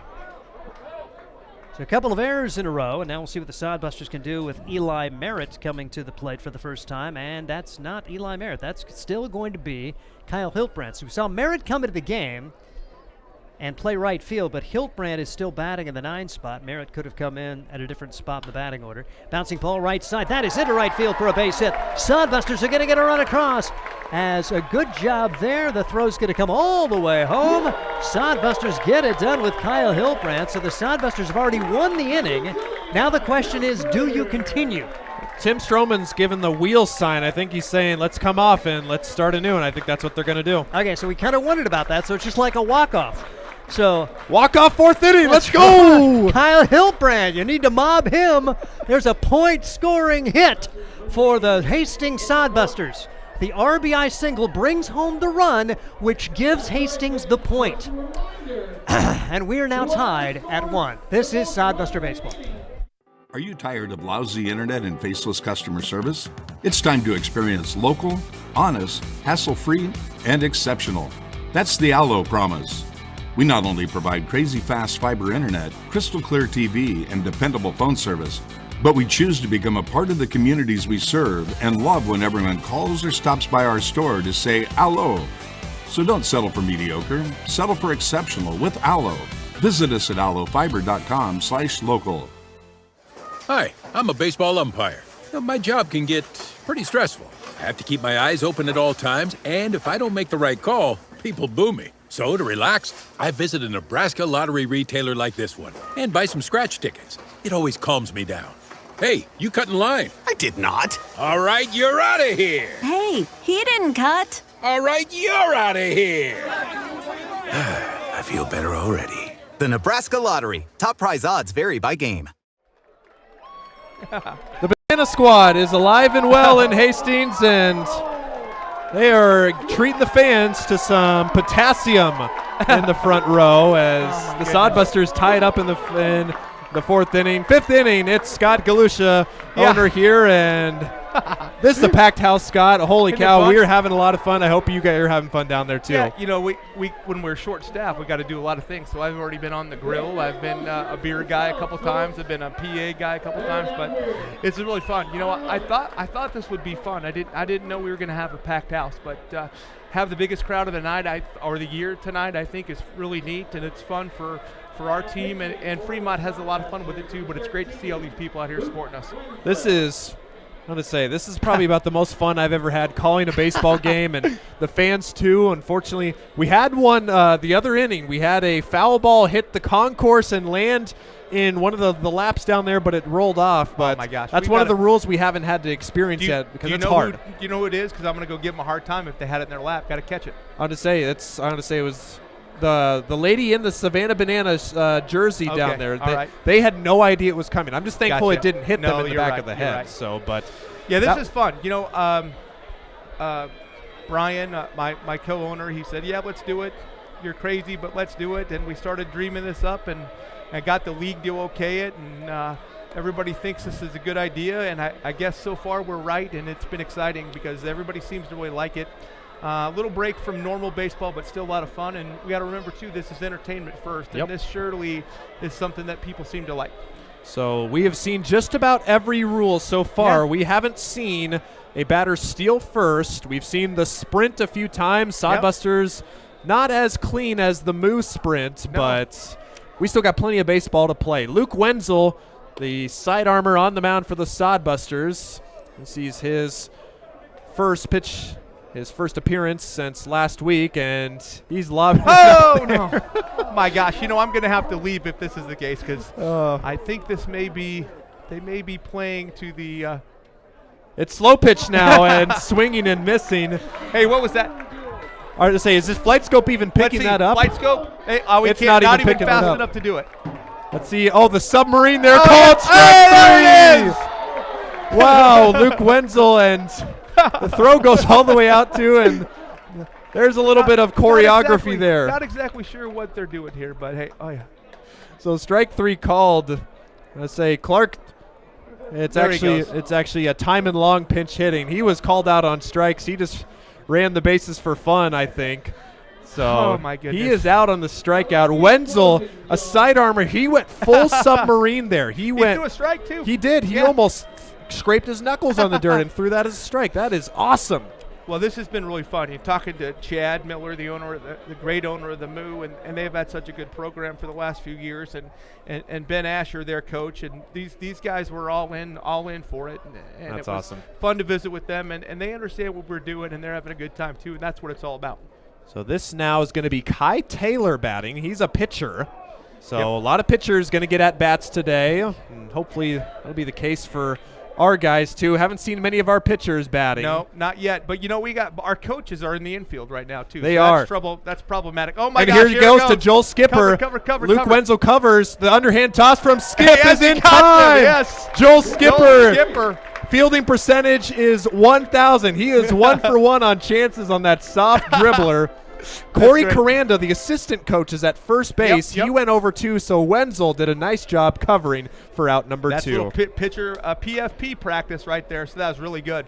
And Joel's a natural second baseman. That's where he played in college. He's a really good player there too. So it's not a foreign object for him out there. Might have been a while, maybe a couple pounds heavier, but it still looks pretty fluid over there. I won't tell him you said that. I don't care. Tell him. Crack down the left field line and just out of the reach of the fans. So 2 up and 2 down. Luke Wenzel with kind of a submarine, also a slow pitch strikeout, and then a ground out to the head coach at second base. So we have seen it all. That's about how Joel would have wrote it up, except for I think he would have liked the hard 2-hopper right at him so he didn't have to move. He had to move a little bit, but made a nice play, and we'll probably have to hear about that for the next calendar year. So it's Carter Simtek batting with 2 outs, and Wenzel, he went with an overhand delivery there as that's popped in the air to left field. And Cale Jensen, if it ever comes down, he does make the play. And 3 up, 3 down, a 1-2-3 inning for Luke Wenzel, who sets the Moo down in order. It's a tie game at 1-1. Sodbusters taking advantage of that 4th inning. And Look at all the smiles. You see all the smiles in both dugouts? All I can see is teeth from up here. What a great, these kids, I know it's not quite baseball, but these kids work really hard. I mean, they play, this is game 53 in 60 days or 10 weeks. And so they're baseball. And to be able to, when I brought this up to them, to see their smiles and how excited they were about doing this, it's just a neat thing. And they work hard. They do a lot for us. And it's just really neat that all these people came out to see it, a little bit different. And it's going to be I dare to say it's going to be a staple at Duncan Field here in the coming years. This just in, we're going to have Banana Ball in the future, we hope. Yep. And while we're in between innings away from the action, we have a very special birthday in the house related to Scott. Yeah. A daughter 21st birthday and celebrating it here at Duncan Field. Yeah, How cool is that? It was actually last week, but we had a game, so my wife went and visited with her. But she said one of her goals, one of her dreams, or she wanted bucket list. That's what I'm trying to say. Yes. Was she wanted to crack a beer with me at the baseball game. So I think it was the middle of the 3rd inning. I stood up there in front of everybody, and we did it. We made a beer batter. Then I had to go up and serve beer for the next 10 minutes. But it was fun, and Allie's here, and it's great to have. It's fun when your family's here and they believe in what you're doing. So it was great for Allie, and my youngest is 21, which seems like it might be a math problem. I don't know for sure, but anyway, supposedly she's 21. Well, happy birthday to Allie, right? Yep. Happy birthday to Allie. It's great to spend your 21st at the ballpark, and I remember my first ballpark beer. It was fun. Is she a beer drinker or not so much? Really. She was drinking. I said, "Are you going to have a beer?" She goes, "I don't really like beer yet, but maybe." And then she decided to go with. She had a mixed drink, is what she had with her. All right. That's good enough. Yep, That's all right. Some people, I mean, they're naturals at it. They've been doing it since 18. Some of them, when 21 comes around, it's hard to get them to drink something, but. Well, that's it was fun. really It was fun to have her here. She said she was a little nervous because I was going to pull her in front of everybody, but that's the neat part about one of the things I love about my job is I can make cool things happen. Joel wanted to play. He came and asked me, "Hey, can I play?" And I said, "Yep, you want to play, you play." And tomorrow we have a neat thing with Mrs. Wenzel. She's going to come up and be a radio person for us for a little while. So that's neat. It's just those little things that we can make happen are pretty cool.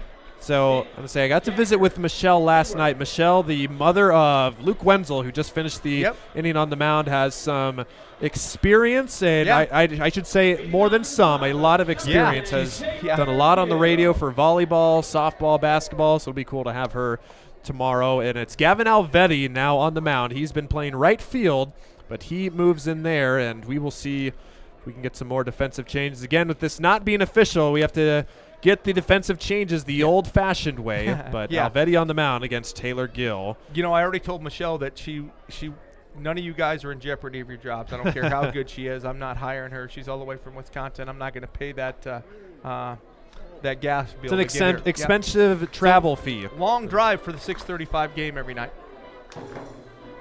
Looks like out in left or right field, Zane Layden now, as there's strike 2 to Taylor Gill. And Gill's been such a nice addition to the team. He has flourished at home in our spotlight with him the other day. He said he loves the home field advantage here at Duncan Field, and he wears that square on the side. Perfect. 2-2 count. We have a base runner. Got to win the inning. All we need is one, right? All we need is one. So as far as if we're tied here, I mean, we're probably going to do it anyway, but the extra innings rule, so if it's not tied, we're still planning to do that, yes? I believe so. Okay. We've kind of left that. We're going to leave that up to the coaches when we're done to see how everybody feels. But I feel like everybody wants to do it. But I said we're not going to make it mandatory until we get there, and we'll check it out. But I think everybody wants to do it. And you'll see Taylor Gill will either be our offensive player or our defensive player. I'm not sure we're going to make him do both, but he's going to be one of the two. So there are three rounds to it, and we will go over the rules if and when we get there. It is a super cool extra inning rule as Eli Merritt bats in the place of Jaden Stone, another Hastings College guy, kind of flipping the order around too, and just for the last game of the season, get some extra guys at bats. Pitch from Alvetti is hit a mile into the air to center field. We don't need that. That is coming down and caught out there by the center fielder. Looks like someone different than Neil Jansen, so I can't see what number that is. Say we'll have to say these binoculars of Steve's are really foggy, but we don't tell him that. That is Easton Steck now out in center field. He makes the play, and there is one out, and Gill remains at second. So, I mean, this is how they had to do it in the olden days. They had to get the binoculars. There goes Gill. The throw down from the catcher Willers is not in time and flagged down by the shortstop just to keep Gill at second. And Ryan, look at this crowd. I haven't seen a crowd this big all year. This has got to be our best crowd of the night or the year. Yep. And it's a beautiful night, and it's just so fun to see all these people out to support us and enjoy a beautiful night at the ballpark. If you haven't had a chance yet, you're missing out on the best game of the year tonight. But tomorrow, a lot of deals. It's Fan Appreciation Night. Yep. Come on out, 6:35 start time at Duncan Field. We are going to have a blast for the last game at Duncan Field of the year before we pack up and come out and buy out all of our inventory. Yes, there we go. There we go. Single Taylor, into center field. Go, if Taylor can score, this will be the inning. The throw to the plate is not in time. The Sodbusters score, and they win the inning again. It's another walk-off inning, if you will, courtesy of Cale Jensen as Taylor Gill scores the run. So it is 2-1 Sodbusters, and we go to the top of the sixth. That's right. Scott, you probably have a million other things to do. I would love to. Hopefully my mom and dad are watching. Mom and dad, hi, I love you. Kenny, Cassandra, Cal at Omaha, hopefully you guys are watching. I love you. Amanda, Jared, and Jake in Norfolk, Virginia. Hope you guys are watching. Love all you guys, aunts and uncles in Wisconsin and all over the place. If you're watching, hi, love you all. Wish y'all could be here because this is what we do this for. There's a ton of people here, and it's a great night. But thanks for everybody that does this. I get too much credit when it goes right and too much credit when it goes wrong. But I got such good people, it makes this pretty fun. So it's the name of the game. Thank you, Scott. We appreciate him coming out and talking banana ball. We're going to step aside for a quick break. We'll be back with the sixth inning on Sodbuster Baseball. Nothing like relaxing on a summer day. Nothing like taking in a Hastings Sodbuster baseball game. And there's nothing like an ice-cold Pepsi to make the day perfect. Pepsi Cola of Hastings wants to make your nothing like be the best day it can be, whatever the occasion. Enjoy your favorite refreshing Pepsi product throughout the Sodbuster season and make your nothing like memories. Pepsi Cola of Hastings, a proud sponsor of Hastings Sodbuster Baseball. Hastings Sodbusters baseball's in full swing, bringing you another fun-filled summer of high-level collegiate woodbat baseball at historic Duncan Field. A great way to spend a summer evening with your families at a Sodbusters baseball game. Go online to HastingsSodbusters.com for their home game schedule or to purchase tickets. Hastings Sodbusters baseball. It's a hit. Got the spirit of the game. The Hastings Sodbusters. Top of the 6th inning, the Sodbusters take the lead here in Buster Ball as they walk it off for the second straight inning against Fremont. They, with the credit of an RBI single from Cale Jensen, scoring the new man on the mound. It is Taylor Gill that takes the bump. He will pitch for the first time this season. The Ohio Bobcat product will take the mound. Joel Skipper still back out there at second base. Jacob Nesvara back out at first base. And I believe, yes, that is Corey Caranda, assistant coach, at shortstop. And I believe, yes, 36, that is Hayden Zaffino at third base. Looks like Cale Jensen still out there in left field. Jaden Stone still out in center field. And Eli Merritt will continue to play right field with Tyler Kistler remaining behind the dish. But the Sodbusters lead it 2-1, and we will see what antics and fun stuff the Sodbusters have in store for this inning. Had the big blow-up last inning defensively as all of the guys fell down. And yeah, it's been entertaining. Skip 1 for 1, and his chances at the second base spot. I was holding my breath as he came charging in, but did a good job on his only chance defensively. So it's going to be Connor Peterson doing the batting as he replaces Tyler Harrington. It's a slow pitch, and it's a bunt. Uh-oh, it's a bunt. And Peterson's thrown out of the game. And Peterson will argue, and the home plate umpire says, cry about it. He spikes the helmet, and Peterson is done. We got to see it. Yes! And throwing his, oh, he hit the umpire. And that was orchestrated, so that's all right. Oh, my goodness. He, of course, orchestrated, but super fun as we finally see rule number 5, no bunting. Yep. Peterson bunts and is immediately thrown out of the game. Oh, boy. So now Gill will go back to work, and like I said, for a scrimmage game, won't play any effector fine on Peterson, but I'm glad it was somebody at Fremont that did it. Pitch from Gill is way high as he's missed with 2 straight. They want the batter to run. You can steal on any pitch, but that's the catcher, Jason Willers. Willers does not run well, so he will stay put. And good velo on the fastball from Taylor Gill. It's been at 86 both times. And he gets the call there on the outside part of the plate for strike 1. And if you're wondering why Willers did not run, he has 0 stolen bases of the 138 they have this year as a team. That's good enough reason as any. Yeah. So Gill has worked it to 3-1 with 1 out after the bunt ejection. That was fun. So we might see a sprint here. No, Willers swings and misses, and it's strike 2. As Gill finds the zone there. He is on the mound for the Hastings Sodbusters. Here's the payoff.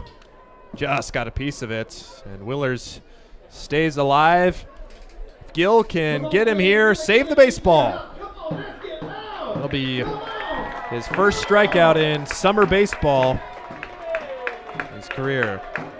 Here comes from Gilly. It's outside, so it'll be a sprint. They'll go to shortstop, to second, around to the right side. They're going to go again to the outfield. They've still got 3 fielders to get, and there goes Willers to third. Oh, it's dropped by the left fielder, Jensen, and Willers is going to have an inside the park home run. Look at him motor around, and the Fremont dugout erupts. How about that?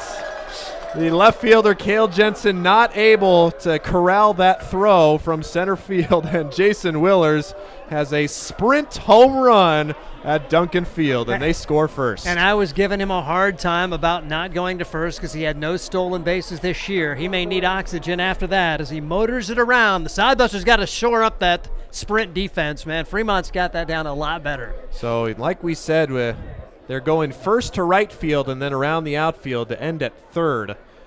So, but the outfielders don't come in fast enough. They I mean, need to get in. Fremont sprints in, and they're surrounding second base. All right, next batter is a pinch hitter in the place of Neil Jansen. We'll see who this is. And taking strike 2. Something 4. Is it Steck, Easton Steck? Steck was in center field, so it's probably him. The 1-2 is in the dirt. Steck thought about taking off. Yep, Easton Steck. So Easton Steck bats in the place of Neil Jansen. He came on as a defensive replacement, and we've seen it that they can sub at any time they want. There's a foul ball, but it will get back to the screen. And Steck, he fouled it off and nearly fell out of the batter's box. He did a little pirouette so he wouldn't fall out. Otherwise, it's strike 3. 2-2 is up high for ball 3. And Gill in danger of his second sprint of the inning. Fremont already with 1 run here. Swing and a miss. Steck goes down swinging. And Gill has his first strikeout. And there are 2 outs here in the inning. Fremont still just with the 1 run as they'll throw it around in the infield.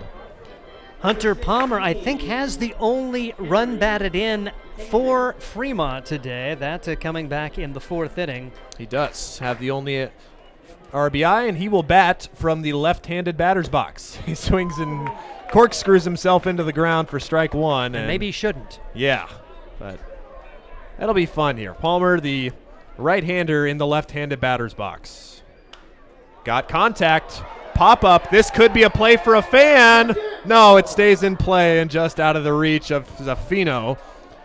And it is 0-2 now, as Zaffino just not able to get contact on that one.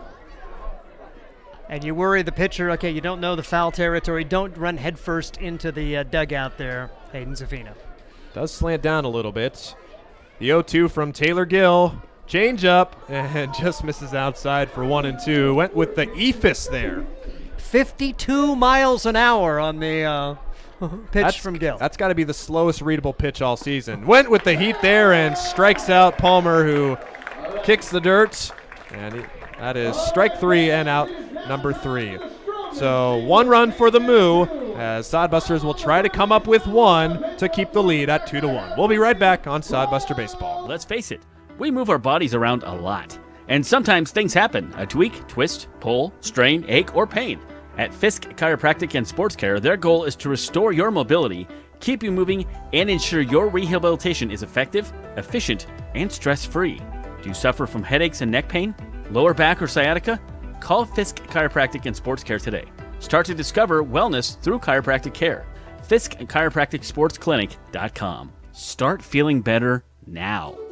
Hastings College has reimagined everything. As a sophomore, you'll spend part of a semester studying abroad, and they'll cover the cost. Recognizing it's a digital world and how you learn, they'll give you an iPad Pro and Apple Pencil, tools that'll help you engage, whether you're on campus or in Paris, plus internship opportunities and professors who mentor you. Hastings even provides books. At Hastings College, you'll go somewhere. Go to hastings.edu/discover for more.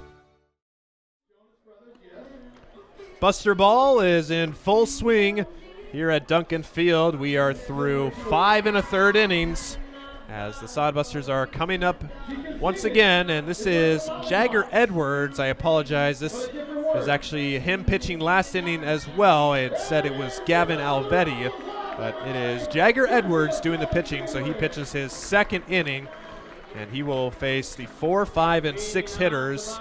And scheduled up will be Marcos and Nick Jones and Tyler Welsh. I feel another walk-off inning coming up. That's 2 straight walk-off innings. The Sodbusters made it will plate points. They've got to get 2 runs to get the point for this inning. So every run, every inning that Fremont has scored, the Sodbusters have as well, and they've won 2 of those 3 innings. As Edwards misses high, Marcos will bat in the right-handed batter's box this time after striking out as a lefty in the last inning. Nubs that one foul and just keeps his left foot in the box as he was stumbling away from it. Haven't seen a striker called on a batter out of the box yet. That we've seen a couple that probably should have been, but not quite. It's 2-1 from Edwards to Cabranes. 2-1 and fouled back to the screen, and Cabranes now the 2-2 count. And from all the stats I compiled today, I'm just not even going to bother looking at them. There's no point in it. The stats don't matter. The guys probably aren't taking it as seriously as they are. So when the stats don't matter, they'll be good for tomorrow anyway. So it's 3-2 now. Cabranes will try and work the sprint or a hit. And there's the sprint. The infielders and outfielders come in and converge. They all gather around second. Cabranes steaming towards second. They still got a couple to get, and they can't get him in time, and it's a two-base sprint. A leadoff two-base sprint for Marcos Cabranes. The Sodbusters are in business in the 6th inning. Good wheels there for Marcos as he was able to get down there. Still give Fremont a heck of a lot of credit, though. They all their outfield sprints in. Sodbusters got to look at that as they continue this game. On any future sprints, they have to take a page out of the Moo book. So it will be Nick Jones now. And he will, I wonder if he can swing righty. Get in the right-handed batter's box, Nick. See what happens. First pitch to him is downstairs for ball 1, and it's 1-0 to Nick Jones. They call him Cream in the dugouts. Cream probably playing in his last 2 games as a Sodbuster here this season. Breaking ball from Edwards, misses, and looked like a pretty good pitch according to us. Let's call the ball, and it's 2-0. Sodbusters need 1 to tie and 2 to walk off the inning for the 3rd straight time. There's the strike on the outer corner, and it's 2-1 to Nick Jones. And with Hayden Zaffino playing third base last inning, he is on deck, so he will likely hit after Jones here. Here's the 2-1, hit in the air to left field, and right there to make the catch is the left fielder. Thought maybe tried to deke Cabranes at second, held his arms out, but able to make the catch for out number 1. So Hayden Zaffino will step to the plate, the Mercyhurst College Laker. Not sure when his last at bat was. He is an even more imposing individual as he steps to the plate. Looks big on the mound, but man, he stands in there at the plate. That is a large strike zone. How many players not named Aaron Judge are 6'7" and hitters? I'll tell you right now, not too many. Zaffino standing at 6'7", takes a big hack and a miss in the first one. And takes ball 1 outside, and Henry Heyman, I believe, now in left field, making that catch on Nick Jones. So Zaffino bats for Welsh here. Cabranes at second, representing the tie and run of the inning, and it's ball 2 outside, 2-1 to Zaffino. Looks like he's got a toothpick in his hand. I mean, he's just such a large individual. I mean, that bat just looks like a little foam bat that you see a kid play with. I don't know how long that bat is, but he dwarfs it. 2-1 is downstairs, and it's 3-1. So ball 4 here would likely tie the game as the Fremont outfield creeps in, and probably rightfully so with the pitcher hitting. Come on, Hayden. Smoke one over their heads. Here it is. And he takes ball 4. They a little bit of a delay, but they will get the sprint. Cabranes will come around to score, and Zaffino will satisfy with a one-base sprint. Tie game this inning. The Sodbusters even it up at 1, and there's still 1 out, and one more run away from winning this thing. I'm pinch running for Zaffino. I don't know about you, because he had no urge to go to second base. He represents the winning run for the inning. I'm no coach, but I don't know if you want this guy running the bases. That's all right. All right, so make sure the first baseman doesn't have the ball, Hayden. Yeah. And Jagger Edwards got to be getting some razzing from his teammates. You walk the 7-foot guy. How do you not throw a strike to that guy? All right. Edwards hasn't stepped on the mound yet, so he may not have the ball. Zaffino's still standing, and yep, the first baseman has the ball. 1 for 3 on hidden ball tricks. And Zaffino stood tall like a statue. He wasn't going anywhere, because if you stand on the mound as a pitcher without the ball, that is technically a balk. So Edwards was doing his best to try to play like he was playing with the rosin bag, but the Sodbusters come away with that one. Nesvara takes a high strike, and it's 1-1. So Zaffino with a one-base sprint. Technically, that's an RBI right there as Nesvara fouls it back to the screen, and it's 1-2 as he's down to his last strike.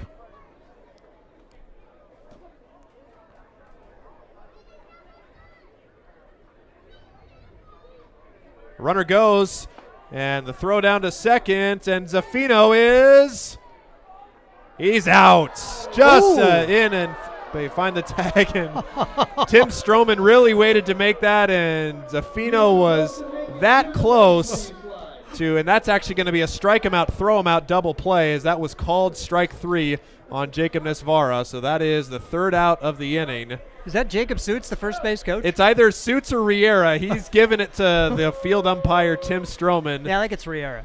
So they strike him out, throw him out, double play, and Sodbusters letting the umps have it, but all in fun here. So that's going to be a tie inning. So the Sodbusters still hold the lead with 2-1 as no team gets the point. 3 innings left of this wild, wacky game. Keep it right here. We'll be right back with Buster Baseball. CPAs is your locally owned, full-service accounting firm. Our team of professionals have years of accounting experience and focus on building in-depth relationships with our clients.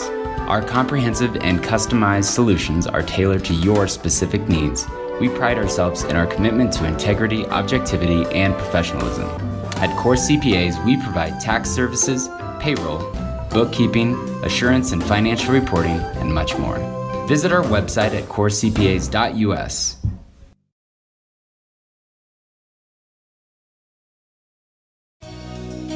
Blue Fork Kitchen features elevated comfort food in a family-friendly, fast casual environment. With a full menu, you can sit down for a nice meal or order online for pickup. From salads and wraps to burgers and steaks, Blue Fork Kitchen has your kind of food. Open Tuesday through Thursday, 11 to 9 p.m., and Friday and Saturday, 11 to 10 p.m., with a special brunch buffet Sunday from 9 to 2 p.m. Blue Fork Kitchen is located in the Cimarron Plaza, 38th and Osborne Drive in Hastings. Like them on Facebook. The 7th inning on. We are in deep territory here. We have a new pitcher here. It's the Puerto Rican Marcos takes the mound for the Sodbusters, and Steve Stein will have the 7th and 8th inning for you guys. Well, it's been entertaining, this version of Buster Ball. The Sodbusters lead it 2-1. And Scott Galusha is going to step to the plate against Marcos Cabranes. Marcos, don't hit him. It's not good to hit the team owner. Steps in, Marcos throws it. Oh, that's right there, Scott. Come on. That should be strike 1. That's strike 1, Scott. Swing the bat. You're not going to get a better pitch. Marcos is throwing out his arm saying, I can't throw anything better than that. Oh, and he went after that one. Slider. Yeah, swung at the ball and let the strike go by. Going to get the home plate umpire back in there. And it's 1-2 right now. Oh, got it. Good job. Grounded back up the middle. Good job. Scott Galusha. And a bat flip. That's awesome. Scott Galusha, guy, you love the guy. He almost hit himself with the bat too. I'm glad that he didn't do that. Oh, and then I thought the catcher was going to throw, but that was just I lost my depth perception for a moment as the catcher tossed the bat over there. Okay, we head to the 7th inning. The Sodbusters able to scratch across that run in the 6th to have the inning, so neither team getting a point. And the pitch is swung on and missed. I'm not sure what real banana ball announcers call that, but that just reminds me of match play in golf, so that's what I'm saying. Tyler Hummel is batting now for Fremont. No balls and a strike, and Marcos Cabranes brings a beautiful pitch over. Nice curveball, 71 miles an hour, quickly 2 strikes. He can catch, he can play the middle infield spots, and Marcos, he's going to get a strikeout right here on Hummel, I'm telling you. 0-2 pitch. Not foul ball. Out of play. Got some velo. Love it, Marcos. He at first pitch at 82, that one just at 77, but that hook for strike 2 was nasty. Oh, they're going to try to run to first. What? He can steal first at any time. Just stole first. Marcos got to throw it to first. You can steal first at any time. Should be safe. Tyler Hummel knows his rules. So you don't have to throw the pitch first. They're going to convene, but Marcos says, oh, no, I don't think they're going to allow it. I thought you could steal first. Now, what's not any time? Why isn't that okay? Oh, on any pitch of an at-bat. So it has to be a pitch, I guess. Oh, okay. According to the rules, it's right. on any pitch of an at-bat. So you can't steal first any time. It has to be during or after a pitch. So I think maybe the second he lets it go. Pitch taken outside, 1 ball and 2 strikes. So they know the rules better than me because, quite frankly, I didn't look at the rules officially until this morning. So you are much more prepared for this than I, Ryan Valenta. Looking at the rules list, same as you. And there's the strikeout. So Marcos Cabranes comes up with his first K. You had Gill get a couple of strikeouts last inning. So the Sodbuster position players are doing the job, as they will bat number 10 now. This is Zane Layden. He's a pitcher. So the pitchers are batting. The position players are pitching.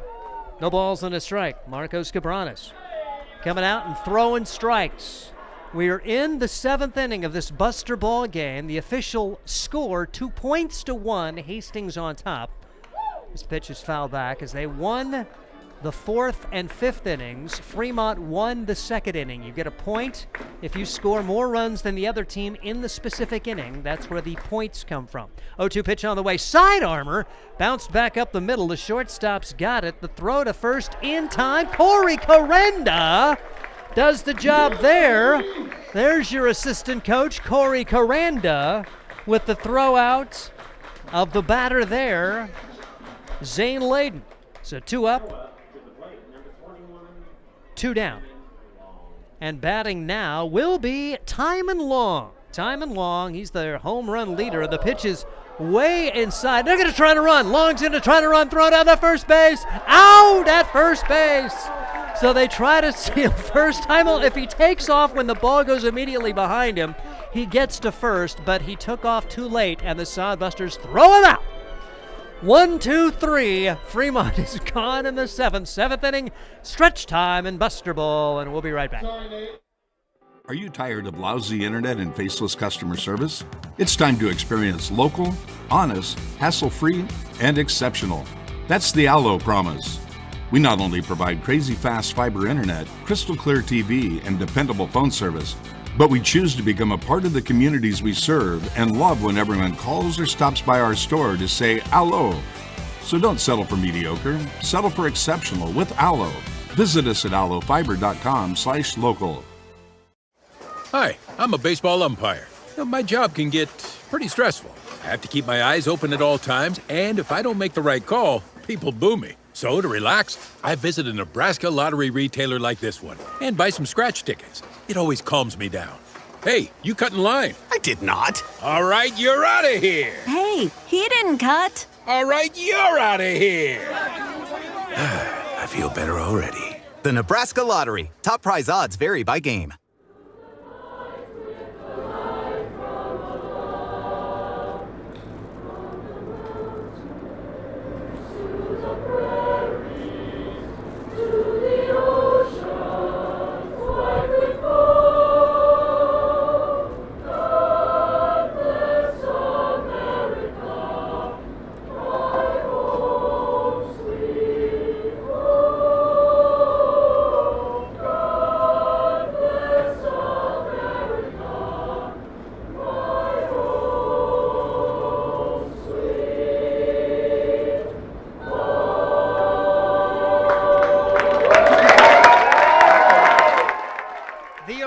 Show choir with the singing of God Bless America, and we got to give Jason Frew a hard time.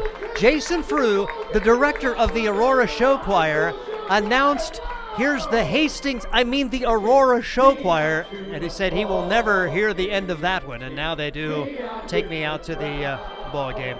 A right-handed pitcher coming in for Fremont. Sodbusters have a chance to win the inning right here, as they already lead 2-1. Fremont did not score in the top of the inning after a 1-2-3 inning for Marcos Cabranes. If they get a run here, they win their 3rd inning and go up 3-1. It's getting late, Ryan Valenta. It's going to be tough if the Sodbusters do manage to win this inning. They will lead by 2 points. your favorite, Steve, 2 points. They will lead by 2 points. That's accurate, And yes. with 2 innings to go, albeit we heard from Scott Galusha, we may or may not have the extra inning rule just for fun. We're going to see how the teams feel afterwards. And hold the phone. We have a standoff going on the field. That's Kyle Hiltbrand down there, still locked in the salute or the hand over heart for God Bless America. And we have a Fremont player over in their dugouts. Not sure who that is, but we got a standoff going on. Oh, boy. Yep, Hiltbrand with and see, Hiltbrand's going to win this because he's going to be allowed to be out of the dugout. The Fremont guy is going to have to leave because Hiltbrand is the on-deck batter. So the Sodbusters are guaranteed to win this one because the Fremont guy is going to have to go back to the dugout. How's it going to work there? I mean, do you get ejected? Like, are they? We've seen this in the major leagues sometimes after the playing of the national anthem, but yeah, like you said, Steve, with Hiltbrand being the scheduled second hitter, you got to figure that. Or maybe they're just going to let it happen. The umpire's not paying any attention to the guy by the Fremont dugout right now. It's all well and good till you foul one right over to the guy with no helmet, and they're going to leave him there. Rusty Wortman is batting now for the Hastings Sodbusters for Tyler Kistler. Wortman came in defensively, I think, last inning. And they put a helmet on the guy. Pitch is inside. So I still haven't caught a number on him, but they did put a helmet on there, so there is some semblance of safety. Hiltbrand's going to have to give it up if he has to bat. By the way, new pitcher, Cole Hupke. Hupke will bring the pitch home, and there's a foul ball back. Hiltbrand, you better be ready to dive out of the way, honor America or not.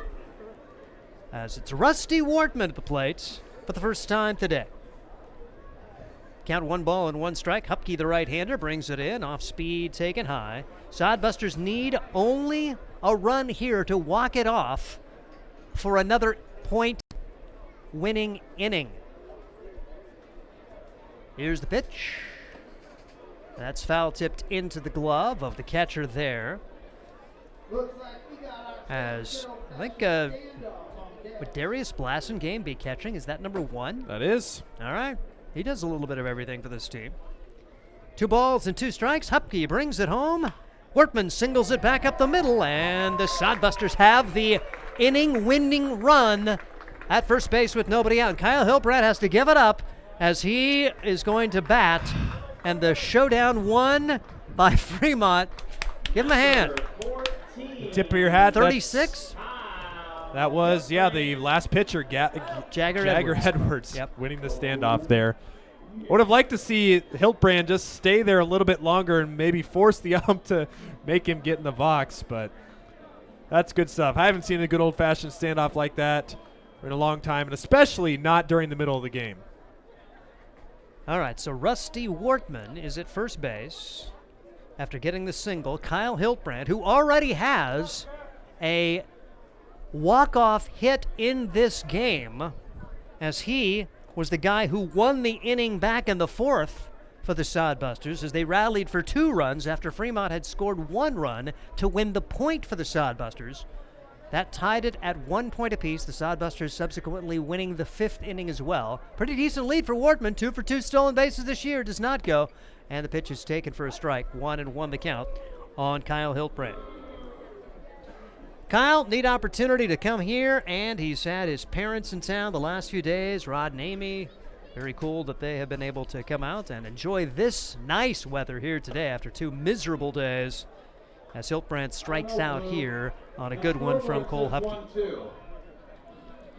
1 out in the inning, and here come the Sodbusters. Look who's getting it at bat. Wenzel will bat for the first time this season, I believe.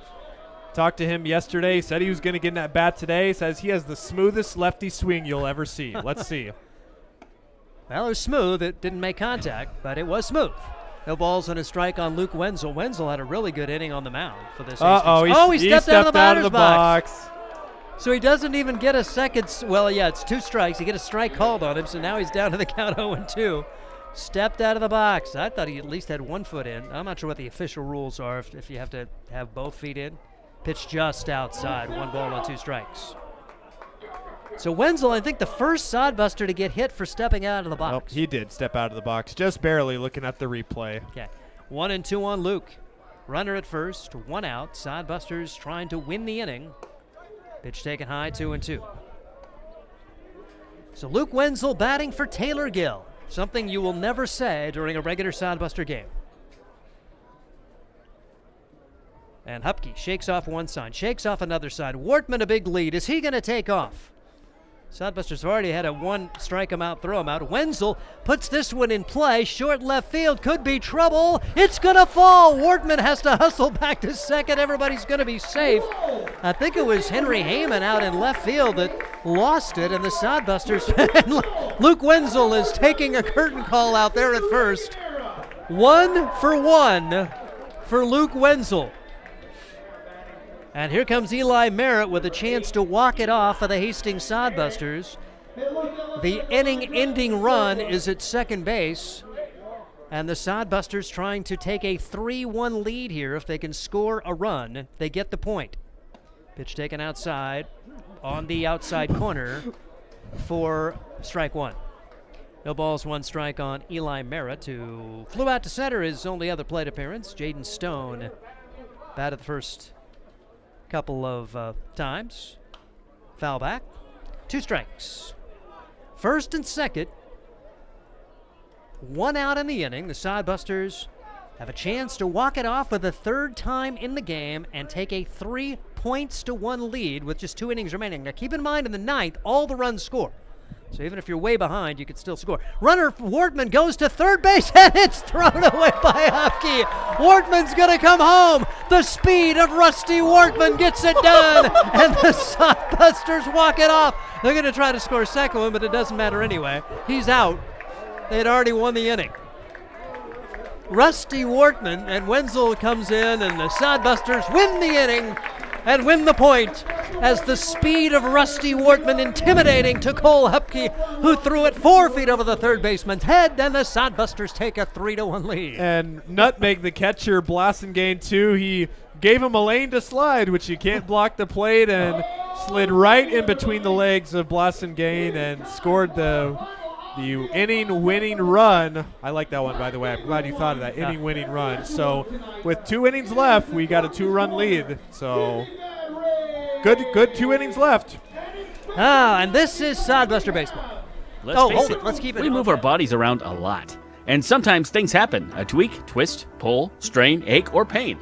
At Fisk Chiropractic and Sports Care, their goal is to restore your mobility, keep you moving, and ensure your rehabilitation is effective, efficient, and stress-free. Do you suffer from headaches and neck pain, lower back, or side? Dizzy Bat Race is going to go on here as part of Buster Ball, so we're going to see 4 players, 2 for Fremont, 2 for Hastings. Is that the Juden boys or just one Juden? Nope, it's Riera. It's one of the, looks like Fred Juden. Yeah. Fred shaved, which really irritates me because that's the way I can tell him easy, apart. to tell him by the stash. But we think it's Fred and Riera. And then 2 Fremont players. A Dizzy Bat Race coming up. This is going to be wild. And then we'll try to catch the numbers on the Fremont players once they stand up. They need to go a little faster. They're not going fast as the Sodbusters. Okay. Fremont's going to win this one. The guy who was spinning faster actually won. Is that 23? 23. We will give the win to the Fremont Moo. Kai Taylor, Phoenix, Arizona, Augustana University, South Dakota proud. And it's 3-1. Sodbusters winning that last inning to take a commanding lead. And now, is this Joe? No, it's going to be Sodbusters' Cale Jensen gets an opportunity probably to pitch for the first time since he was doing Central City Legion ball or playing for the Central City Fullerton Centura Colonel High School team. So Cale Jensen, the 3rd straight position player after Marcos Cabranes, worked a 1-2 inning, and then the 3rd guy tried to steal first. I know we sound drunk, but that's really what happened, as the first pitch is in there for strike 1. And like I say, Cale Jensen can throw it. So this is not a position player who's not used to pitching. Cale Jensen's pretty good. And 2 quick strikes on the man at the plate for the Fremont Moo. And they've had several different batters in this position of the order. We'll try to double check to see who it is. And that is number 36. And that's Jagger Edwards. fourth different guy to bat in that position, Jagger Edwards, who already won a standoff today against Kyle Hiltbrand. Now gets a chance to bat. He's already pitched, so he's had a busy day, Jagger Edwards. 1-2 pitch, taken high, 2 balls, 2 strikes on Edwards. Sodbusters lead it 3-1 after 7 innings. They won the point in the 7th, the 4th, and the 5th. Fremont won the 2nd inning. Again, you get a point if you score more runs in your particular inning. And then the 9th inning, all that goes out. Many runs you can score, all the runs will count as regular runs in the 9th inning. And then if there's a tie, it's a showdown, which I don't think I looked up enough, and then we'll have to give that over to Ryan Valenta, and he understands all that good stuff. 2-2 the count now on Jagger Edwards, and the pitch. It's lined to right field, could be trouble, foul. Still 2-2. It's Cale Jensen out there, his first opportunity to pitch it, and there's a guy you're really happy to see come back for this Hastings team. He had hand surgery basically just before the summer season began and has been the leading home run producer. A kind of a similar situation for Carter Sintek, who just joined the Fremont Moo. He had a thumb injury, had surgery in it, had to get part of that bone taken out. The South Dakota State redshirt has come back and has got a chance to play with his brother. Edwards drills this one. That's going to be caught by the left fielder for the Hastings Sodbusters. It's not Cale Jensen anymore. Is that Merritt? That is Merritt out there. We have Chavi in center field. We got Corey Caranda, assistant coach, in right field. Marcos at first base. Skip's back out there at second base. And Zaffino still at third with Gill at shortstop. Good job that you caught the defense, because I had absolutely no clue. I'm just glad I barely know what they look like, so it helps. Here's another shot to left field. Now that could be trouble. Merritt will not get there, as this is Carter Sintek. Carter Sintek rounding first, headed to second. He's going to try for 3. Here's the relay throw from Gill. Not going to be in time. It's a triple for Carter Sintek, and the Fremont Moo have a runner at third with only 1 out. Cale Jensen had that one hit pretty hard, and Fremont trying to get their first run on the board in this inning, and they have a new batter. I believe this is Lucas Gaynor, Nebraska Omaha product from Omaha. Sorry, Tyler Harrington. This is Tyler Harrington. I had 2 18s to begin with, and Tyler Harrington back in there for Fremont. Here's the pitch, taken high and inside. So Harrington, the Alabama Birmingham product out of Lakeland, Tennessee, is back in the lineup. You get re-entry in this game. It's good. It's just fun. Sodbusters are playing the infield in here. Try to cut down the run, because if Fremont doesn't score here, you might be looking to, you might have the advantage here to win the game, just depending on whether we do extra innings or not. And the pitch is popped up, fouling out of play. Count goes to 2 balls and 2 strikes on Tyler Harrington. Harrington walked in his only other plate appearance and came around to score. Back in the second. Oh, he's out of the box. Oh, he stepped out of the box. So he gets reduced price beer for the Hastings fans. I'm not sure if he did that on purpose, but he's walking sheepishly back in the dugout. I'm not sure, but he kind of, with a little bit of a grin, and that's good stuff right there. That's the first time the beer batter struck out tonight, and the other beer batter was ejected. So it's been a whole lot of mumbo-jumbo here. And this spot in the batting order has scored 3 times during the course of this game. And here is Darius Blasingame. Darius Blasingame is a pitcher. We've seen him catch today. He was a pinch runner yesterday. He's 0 for 2 on the year in 5 games played. The pitch way outside from Cale Jensen, trying to get out of this with no damage done after that triple from Sintek. The strikeout from Harrington, and now it is Blasingame, and Blasingame takes ball 2, 2 balls and strike. A walk here, and you get the sprint. You're certainly going to get that run home from third. 2-1 delivery, off speed way high, off the arm of Jensen. Hit about 74 miles on that. Big smile on the face of Cale Jensen, who tries to find the strike zone here. 3-1 delivery, and that's strike 2. About 72 miles an hour. Oh, Blasingame, he stepped out of the box with 1 foot, stepped clear over the plate, but was able to get back in the box with no damage done. 3-2 pitch on the way. Foul ball. Blassingame did the same thing. Darius, you can hurt yourself doing that. As Jason Frew, seeing Blassingame almost do the splits, hazing him a little bit. 3-2 pitch on the way. Inside for ball 4, so the sprint coming here. A run will score. Blassingame around first. He's going to head to second. May have a chance at 3, but will stay at second base. So Fremont gets 1 run on the board on the sprint. And like you say, it's an RBI walk for Blassingame. Not a bases-loaded walk, but an RBI walk. I would guess that's the official scoring in Banana Bowl rules. RBI sprint, if you will, Okay, but sprint, I'm yes. getting technical here, Yeah. but Oh, sorry. that was Don't have my terms down, Mr. Banana Ball expert Ryan Valenta. oh my goodness. We're having a good time. Oh my goodness. This is Yeah, this that's is right, the end of a friendship. what are we gonna do next year? We're gonna have to be better next year. Oh, runner goes. Throw to third. Wardman down and no. Safe. Stolen base there for Blassingame. He's now at third base with 2 outs. Pretty good tag applied for Hayden Zaffino. He's probably played a little third base.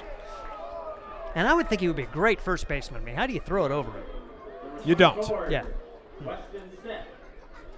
All right. It's Easton Steck at the plate. And the pitch is low for a ball. 2 balls, no strikes, and Jensen in danger of walking his second, which would bring home another run.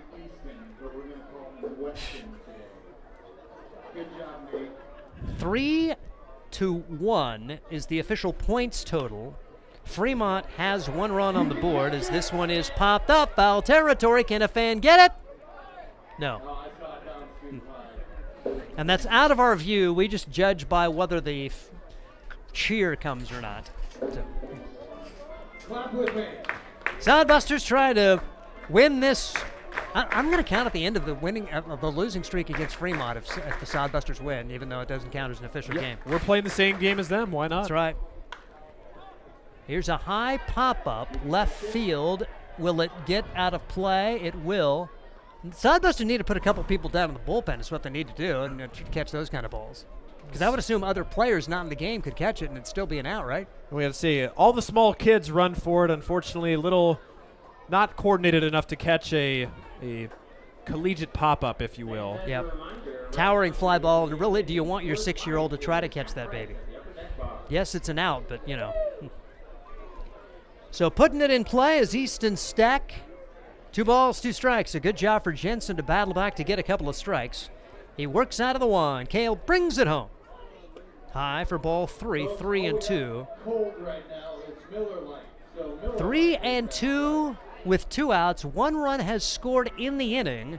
Fremont trying to get another one, and the pitch is way outside. Steck's going to run to first, and the Sodbusters really going to have to hurry to keep Steck from getting to third. He may go all the way around after that ball got all the way home. Steck hits the second base bag. He goes to third. He's going to stay there, and so Steck with the sprint, he brings home another run. Now Fremont has 2 on the board, trying to get back to within a point, if you will. It's 3-1 right now in terms of the innings won. But Fremont has now taken a 2-0 lead here in the 8th. Sodbusters would need at least 2 to have the inning. And here's Henry Heyman. Gets a chance to bat, I think, for the first time today. He's been out in the field for a while. Henry Heyman. And now the Sodbusters are going to go to a pitching change. And can't visit the mound, so they're just bringing Marcos Cabranes from first to pitch. Jensen will go out to right field, and Joel Skipper over at first base, and Corey Carrand is playing second. Trying to say that he stepped out, but time's still out since I guess we'll give Marcos a few warm-up pitches. He should be good. That arm of his. Yeah, he takes one. He says, I'm good. Let's get going. Yep, he's ready. All right, so Marcos Cabranes in to try to finish the inning after he worked a 1-2-3, so his pitch count not a factor. Big swing, no contact as he tries to get Henry Heyman. We talked about the fact that Heyman was red hot coming into this series. Did not have a Henry Heyman type of game yesterday as swings and misses here. Down to the count. No balls and 2 strikes on Henry Heyman. Cabranes, the 0-2 delivery. Hit high in the air to center field. Sodbusters think they have it. And it's going to be made. That Stone out there? Chavi. Yep. Good catch, Chavi, for out number 3, and Cabranes tips his cap. So even though they only scored 2 runs, it's still Sodbusters. If they lose this inning, they'll still be up by 1. So not as big of a threat as it seems right now. Head to the bottom of the 8th inning. At this point, the points are the Sodbusters 3, Fremont 1. Hastings will need 2 to have the inning. This is Sodbuster Baseball. Let's face it, we move our bodies around a lot. And sometimes things happen. A tweak, twist, pull, strain, ache, or pain. At Fisk Chiropractic and Sports Care, their goal is to restore your mobility, keep you moving, and ensure your rehabilitation is effective, efficient, and stress-free. Do you suffer from headaches and neck pain, lower back or sciatica? Call Fisk Chiropractic and Sports Care today. Start to discover wellness through chiropractic care. Fisk Chiropractic Sports Clinic.com. Start feeling better now. Hastings College has reimagined everything. As a sophomore, you'll spend part of a semester studying abroad, and they'll cover the cost. Recognizing it's a digital world and how you learn, they'll give you an iPad Pro and Apple Pencil, tools that'll help you engage, whether you're on campus or in Paris, plus internship opportunities and professors who mentor you. Hastings even provides books. At Hastings College, you'll go somewhere. Go to hastings.edu/discover for more. At the bottom of the 8th, Buster Ball, all these new rules. Hastings has to score 2 runs here in the bottom of the 8th. If they score 3 runs, they win the point. If they score anything less, Fremont wins the point for the 8th inning and would make it 3-2. Right now, Sodbusters do lead it 3-1 as they are going to have to battle here. And let's see, Sodbusters are going to go to the bench here, getting his first plate appearance after some solid play in the field. Corey Caranda bats for the Hastings Sodbusters. So Caranda will bounce this one to the left side, and that's trouble. Caranda going to reach first base as we saw the shortstop there, Carter Sintek, run by it, and the Hastings team will have a runner at first and nobody out. Give him a hit. Yeah, Was okay. right under the glove. Not an easy play for Sintek there. And speaking of fielders, we have at least 3 pitchers in the field now for the, hold on, let's hold the phone. Joel Skipper's batting. Joel Skipper, head coach, is at the plate. The lefty stands in. Hupke, do you hit him? No, it goes high. 1 ball and no strikes. Not very often you get a chance to hit the opposing coach. Usually you're really wild if you hit the opposing coach. But he is in the batter's box right now. Hupke brings it home, and big swing, no contact. Going for the it's Duncan Field, coach. You're not going to hit it out. He's told us that too, so. Yep. Joel Skipper at the plate for the Hastings Sodbusters. Caranda already has gotten on base, and this pitch is taken for a strike. High strike going against the coach. Throw back to the pitcher, gets away, but no chance for advancement for Caranda. Sodbusters need 2 to have the inning. And I'm sure real banana ball announcers don't call it that, but I always want to announce golf, so you have the hole, except I need to do it in a British accent. 1-2 pitch on the way. And this one is sprayed foul. Good job there, coach. Oh my gosh. Zaffino caught it off the net. Oh, Zaffino makes the catch. Joel Skipper is out. The first time it happens all night. And Joel Skipper is out because Hayden Zaffino caught the ball. Wow. Oh, boy. Hey, at least he put it in play. And Andy Chase is batting, by the way. Oh, Andy Chase up there now. So the OG Sodbusters. Oh, look at that. And I think Scott Galusha has just ejected him. Yeah, Scott Galusha has just ended the contract of Hayden Zaffino. Now Andy Chase down to the count, no balls and a strike. As Hupke trying to get out of this with no damage done. Swing and a miss. There's still only 1 man out. It seems like a lot's happened for just one thing to happen. So Caranda's at first. Andy, put the ball in play. Hupke just takes something off of this one. Now, you know, a little bit too much velocity there. 0-2 pitch. It will be lobbed in, and this one is lofted to right field. Fair ball! The Sodbusters are going to have runners at second and third, and only 1 man out. Hupke lobs it in underhand. Andy Chase drills one down the right field line. He's got himself a two-bagger, and the Sodbusters are in business with the potential inning-tying run at second base and the potential inning-winding run coming to the plate in the person of Marcos Cabranes. No words. No words. Atta kid Andy, doing what he did back in 2018. Oh, goodness, that's amazing. All right, so single, double, and now Marcos Cabranes trying to at least tie it here. Hupke, hey, give Hupke a lot of credit. Here's the pitch. Because Hupke knew he could overpower Andy Chase if he wanted to, and went with the underhand delivery, the Dan Quisenberry submariner, if you will, and Andy Chase made him pay. Whoa, Marcos just about fell out of the box. 1 ball and 1 strike, but he does stay in. That would have been strike 2. So the inning begins with Carranda with a single. Andy Chase has a double. Hey, the only guy to make the out was the head coach, Joel Skipper. Pitch swung on and missed. 1 ball and 2 strikes. So I'm sure Joel's getting a little heat for that. And I'm sure Hayden Zaffino's getting a lot of heat.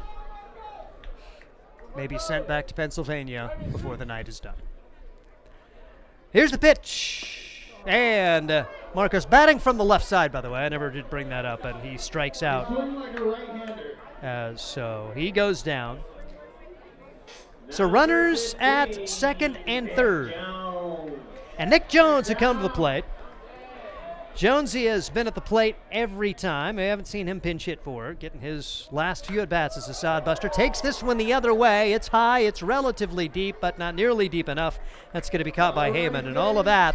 Sodbusters do not score. Fremont wins the point, so it is 3-2 as we head to the ninth, and this is BUSTERBALL.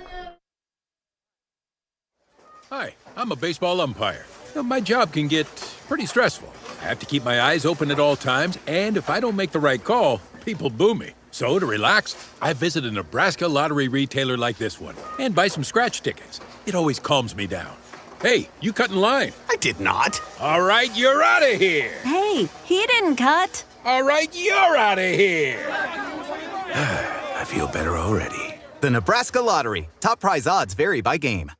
There's nothing like relaxing on a summer day. Nothing like taking in a Hastings Sodbuster baseball game. And there's nothing like an ice-cold Pepsi to make the day perfect. Pepsi Cola of Hastings wants to make your nothing like be the best day it can be, whatever the occasion. Enjoy your favorite refreshing Pepsi product throughout the Sodbuster season and make your nothing like memories. Pepsi Cola of Hastings, a proud sponsor of Hastings Sodbuster Baseball. Head to the ninth inning of Buster Ball, our version of Savanah Banana Ball, and it has been entertaining, and the Sodbusters have the lead 3-2. To take us home, it is local banana ball connoisseur Ryan Valenta. Steve acts like I'm at every Bananas baseball game, which I live in Lincoln, by the way, so a little bit out of my price range. It's so cool too to see that the Bananas they literally have a wait list so long, and it is so hard to get tickets because they do not do resale tickets. You're not allowed to resell your tickets. Once you buy them, you go, and so they're the same price for every seat wherever you go. So it is so cool to see what they do here in independent baseball. But clipping the video of Andy Chase getting a base hit right now, that is awesome. I can see the pitcher throw underhand, but it is awesome. So Sodbusters, Eli Merritt's on the mound, by the way. Taylor Gill is at first base. I think Jacob Nesvara is at second. So Sodbusters defensively have pretty much a whole new lineup. Pretty much. So the Sodbusters going to the last inning hold a 3-2 advantage, and maybe they intentionally let Fremont tie it here, and then they get to play the showdown. Who knows? We'll see what happens. First pitch from Merritt is strike one. Well, every run counts now, right? You're right. Yes. Thank you. So, I mean, yes. they could score 10 here, and they would all count. See, Steve, you got it right here. Yep. So, except for this inning, every run counts. So whatever run totals the teams put up will go towards their score. Also, I don't know whose glove is sitting out in foul territory, but there's just a glove chilling by down the third base line, but no matter. Let's see what Eli Merritt has. He'll deliver ball 2 upstairs. Merritt, a newer addition to the team, just spending his first week with the Sodbusters here. That one at 76 miles an hour. So, looks like we have Braden Mackey playing third base, and right on cue, there's Mackey. The gun over to first, and oh my goodness. Mackey can throw on the mound, and he can throw over to first base. He gets the out for out number 1. How about that? And what a dig from Taylor Gill, who can play any infield spot and did a great job digging that out. I'm thinking, I wonder if that glove is Hayden Zaffino's lying there in shame after he caught the ball off of the head coach Joel Skipper for the out. Well, that's the thing. He didn't have his glove on either. It just rolled. It rolled off the net just right into his bare hand. Oh, okay, yeah. Oh, here's the next pitch from Merritt. It is flown to right field, and it looks like Anthony Chavez has that one lined up, and he does. And he tosses it back in for out number 2. So Chavi with a put out at at center field and a put out in right field. Pretty cool. Let's get some fun. Ooh, what's happening? I think it was Hayden Lewis who just put that in play. So we're listening. Tim Stroman. Oh my gosh, Tim Stroman's going to get some warm-up tosses. And he will face Carson Yassa, the starter tonight. The pitcher now bats with 2 outs in the 9th. And let's see what Tim Stroman has in store. Oh, he finds the zone pretty well.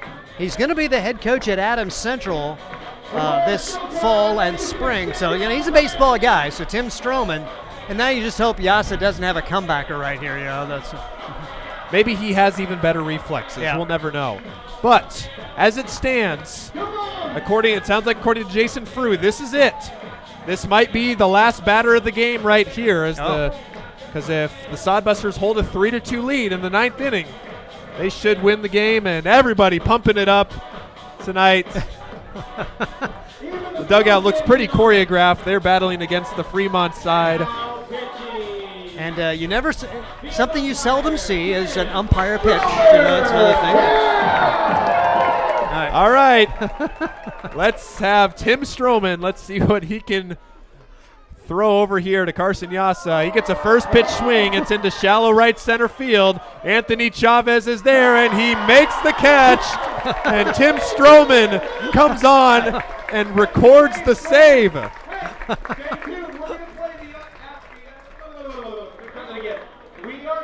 Play the extra inning rules.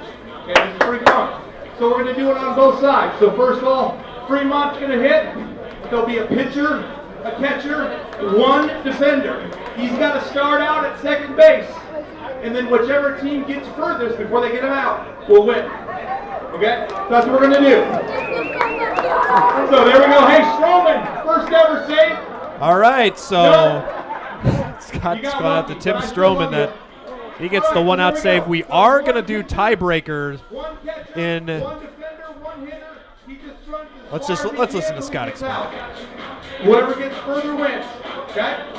Here we go. Hey, by the way, I should say thank you. This has been a lot of fun. A lot of people out here. This is why we do this stuff. We really appreciate everybody out here. I got a great staff with me that can make this happen, but we really appreciate having all of you out here to cheer us on. So I really appreciate it. Thank you very much. Scott Galusha, owner GM. So it's going to be the showdown rules. You have a pitcher, you have a catcher, you have a fielder, and the batter tries to put the ball in play. Whichever batter makes it the farthest, that team will win. So you want to have a speedy guy out there. You want to have a good outfielder, and Sodbusters have got a pretty good guy out there in Taylor Gill, who does start out in center field. So the rules, as Scott was saying, usually it's you have to score or you don't get a point. So what Scott said is that he's just we're going to do whoever gets the farthest here in these rounds. So we'll see if we do all 3 rounds or if this is just a one-and-done thing here. It sounded like it was just going to be one and done. All right, so Kyle Hiltbrand is the pitcher. And like Steve said, Taylor Gill, the center fielder. Tyler Kistler, the catcher. And for the Moo, They will send up Carter Sintek to bat here. And my scorebook has so many spaces in it. I've been having too much fun with this and not filling it out as much as I should. But here's Sintek here. Let's see how far he can get against Kyle Hiltbrand and Taylor Gill. He's only played a few games, but 10 out of 22 officially for Carter Sintek. 6 RBIs, 7 runs scored. Again, he's a Division I guy playing at South Dakota State. He's a Fremont high school grad, so he is a very skilled player and one of the hometown boys for the Fremont Moo, and now it gets really fun. And Gill's going to come in and actually play right at second. I don't know. I would play outfield if I was them. But let's see what happens here. Kyle Hiltbrand taking the mound against Carter Sintek in the showdown here at Duncan Field. And he takes a strike. So first pitch strike for Kyle Hiltbrand. The next one, and it's fouled off, and it's 0-2. So strikeout would look big, because all the Sodbusters would need to do then is just get to first base. A breaking ball, and it's popped up. We've got 2 guys there. Looks like it's going to be Hiltbrand, and he makes the catch right in front of the pitcher's mound. And Sintek is retired. So I believe that'll be it for the Sodbusters, and now they will get their chance to hit, it looks like. First base to win. Is that correct, Scott? Yep, so now all the Sodbusters have to do is reach first, but the one thing you don't want to do is bunt. So you can't bunt for a base hit. Right. Cale Jensen. It'll be Cale Jensen. At least a single. And let's see who Fremont's going to go with. They're going to bring out Willers as the catcher. And who is going to throw? Looks like their fielder is going to be Hunter Palmer. That was great with Hiltbrand. Actually went with a breaking ball with 2 strikes there, and Sintek obviously not expecting that, so he pops it up, and it was good that we had 2 on the infield. Fortunately, Hiltbrand able to take it himself. But this at-bat is for all the marbles right here, according to our on-field crew, and it's going to be Cale Jensen. Spots due up in the lineup, and it will be him against the Moo to try and put this one in the books for good. Now, if you remember, Tyler Harrington was the beer batter. So it's Tyler Harrington on the mound. We can laugh. So he will try and keep this going, I guess, per se. So if Jensen somehow pops out, because realistically you're not going to get a ground out anywhere unless it's right back to the pitcher maybe and he runs and tags him out. But with the fielder he's standing at second base right where Taylor Gill was. That's Hunter Palmer out in the field. So it's going to be up to Palmer and Harrington to hold Cale Jensen past first base. And we've seen other teams do it. Do they do the shift on Cale Jensen? You got to shift him right here, maybe.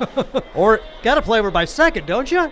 I wonder what the rule is on just slap bunting. As long as you attempt a half-heart swing, that's not a bunt, right? I don't know. Let's see. Oh, look out, Sodbuster dugout. Everybody out in front of the dugout. And don't catch it.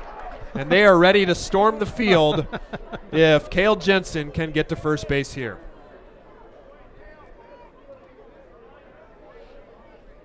The first pitch from Harrington's fouled off. Oh, good breaking ball there from Harrington. And Jensen down to his last strike. So you got to have another inning if Jensen can't reach, right? Or did the Sodbusters win 3-2, since technically they already did?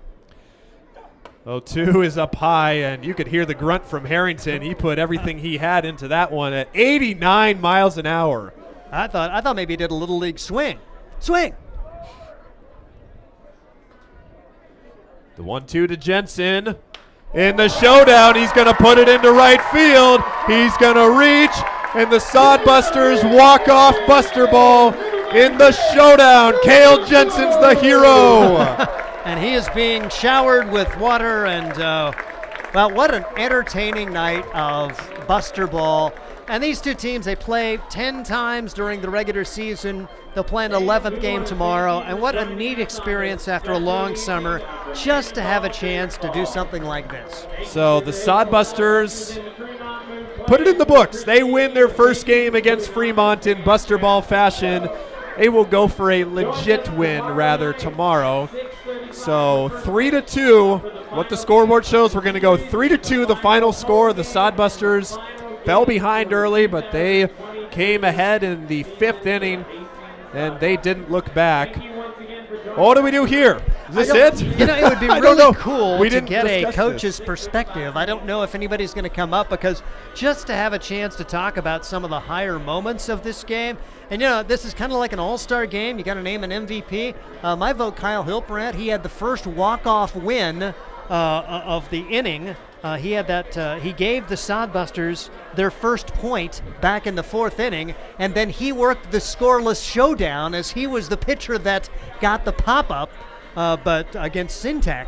Of course, you know, Jensen gets the showdown win there. So I don't know, a couple of votes. It's been entertaining, and just kind of put it in perspective and see if anybody shows up. And Jensen did have a walk-off in the 5th inning too. True. So, and he is with 2 walk-offs. We have a lot of players of the games. It looks like we're gonna have some autographs.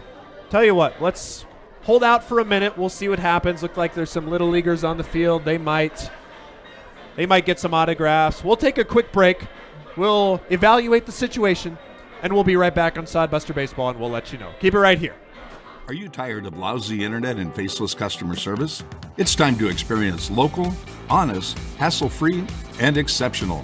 That's the Allo promise. We not only provide crazy fast fiber internet. Mid-ad, we're back. Joel Skipper, he played in the field. He got in at bats. And hold on, I got to record this. Oh my gosh. We'll take a second here. The Sodbusters win this one in Banana Ball, and we got to see Joel, we got to see Corey on the mound. As we'll let Steve get this started, and we'll go all around here. A fun win. The Sodbusters are 1-0 in Banana Ball. They come victorious 3-2 against the Fremont Moo. We are joined by head coach Joel Skipper. He did it all today. Called the plays, got to play in the infield, got to play in the outfield, got an at-bat.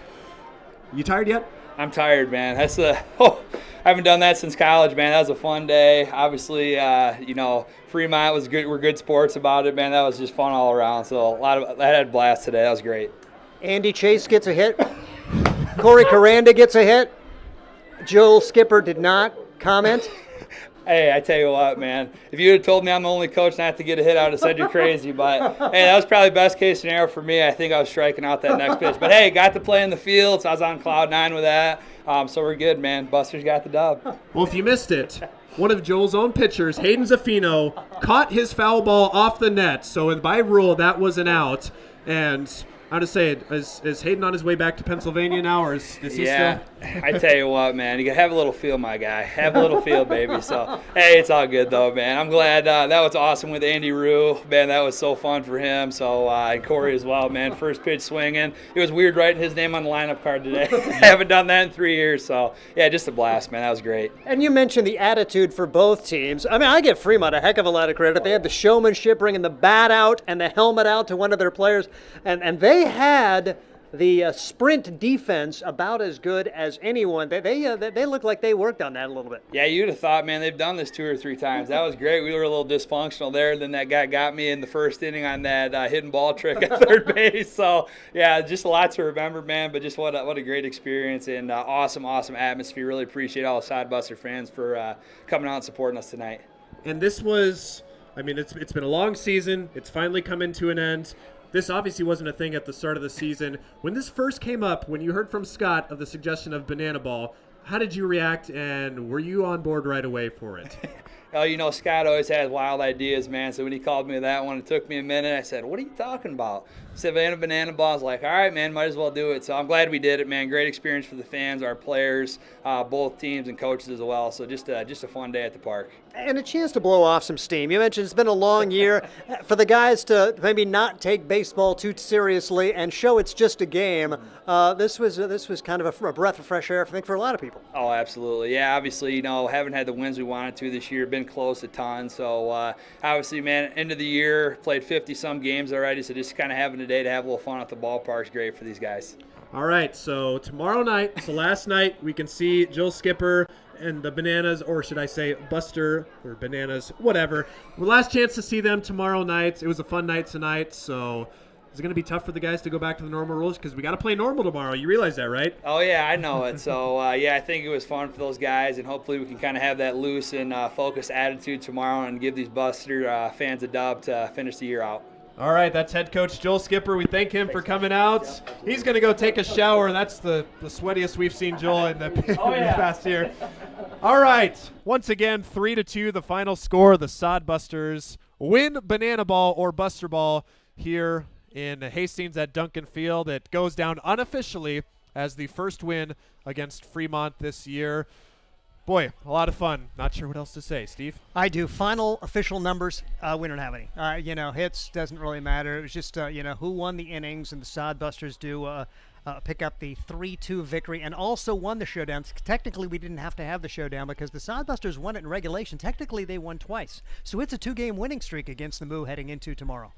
I can't argue with that logic. Yeah, let's do that. I can't argue with that logic. That sounds good. That is going to do it for us here at the broadcast booth. This was a lot of fun. Glad you were able to spend your evening with us. For Ryan Valenta, Steve Stein, Mason Hendricks over to my right, Noah Pagel, Connor Christensen doing the numbers over there in the scoreboard. They had a lot of work to do. This has been Banana Ball, and we will see you tomorrow night at 6:35 for the final game of the 2023 Sodbuster season. Have a good night. We'll see you tomorrow. Catch the spirit of the game, the Hastings Sodbusters. Get the ultimate fan experience at a Hastings Sodbuster game this summer. Enjoy high-level collegiate summer wood bat baseball at the beautiful and historic Duncan Field in Hastings. Baseball and a whole lot more. Affordable family fun. That's what the Sodbusters and the Independence League are all about. Sodbuster Baseball. It's your team. Catch the spirit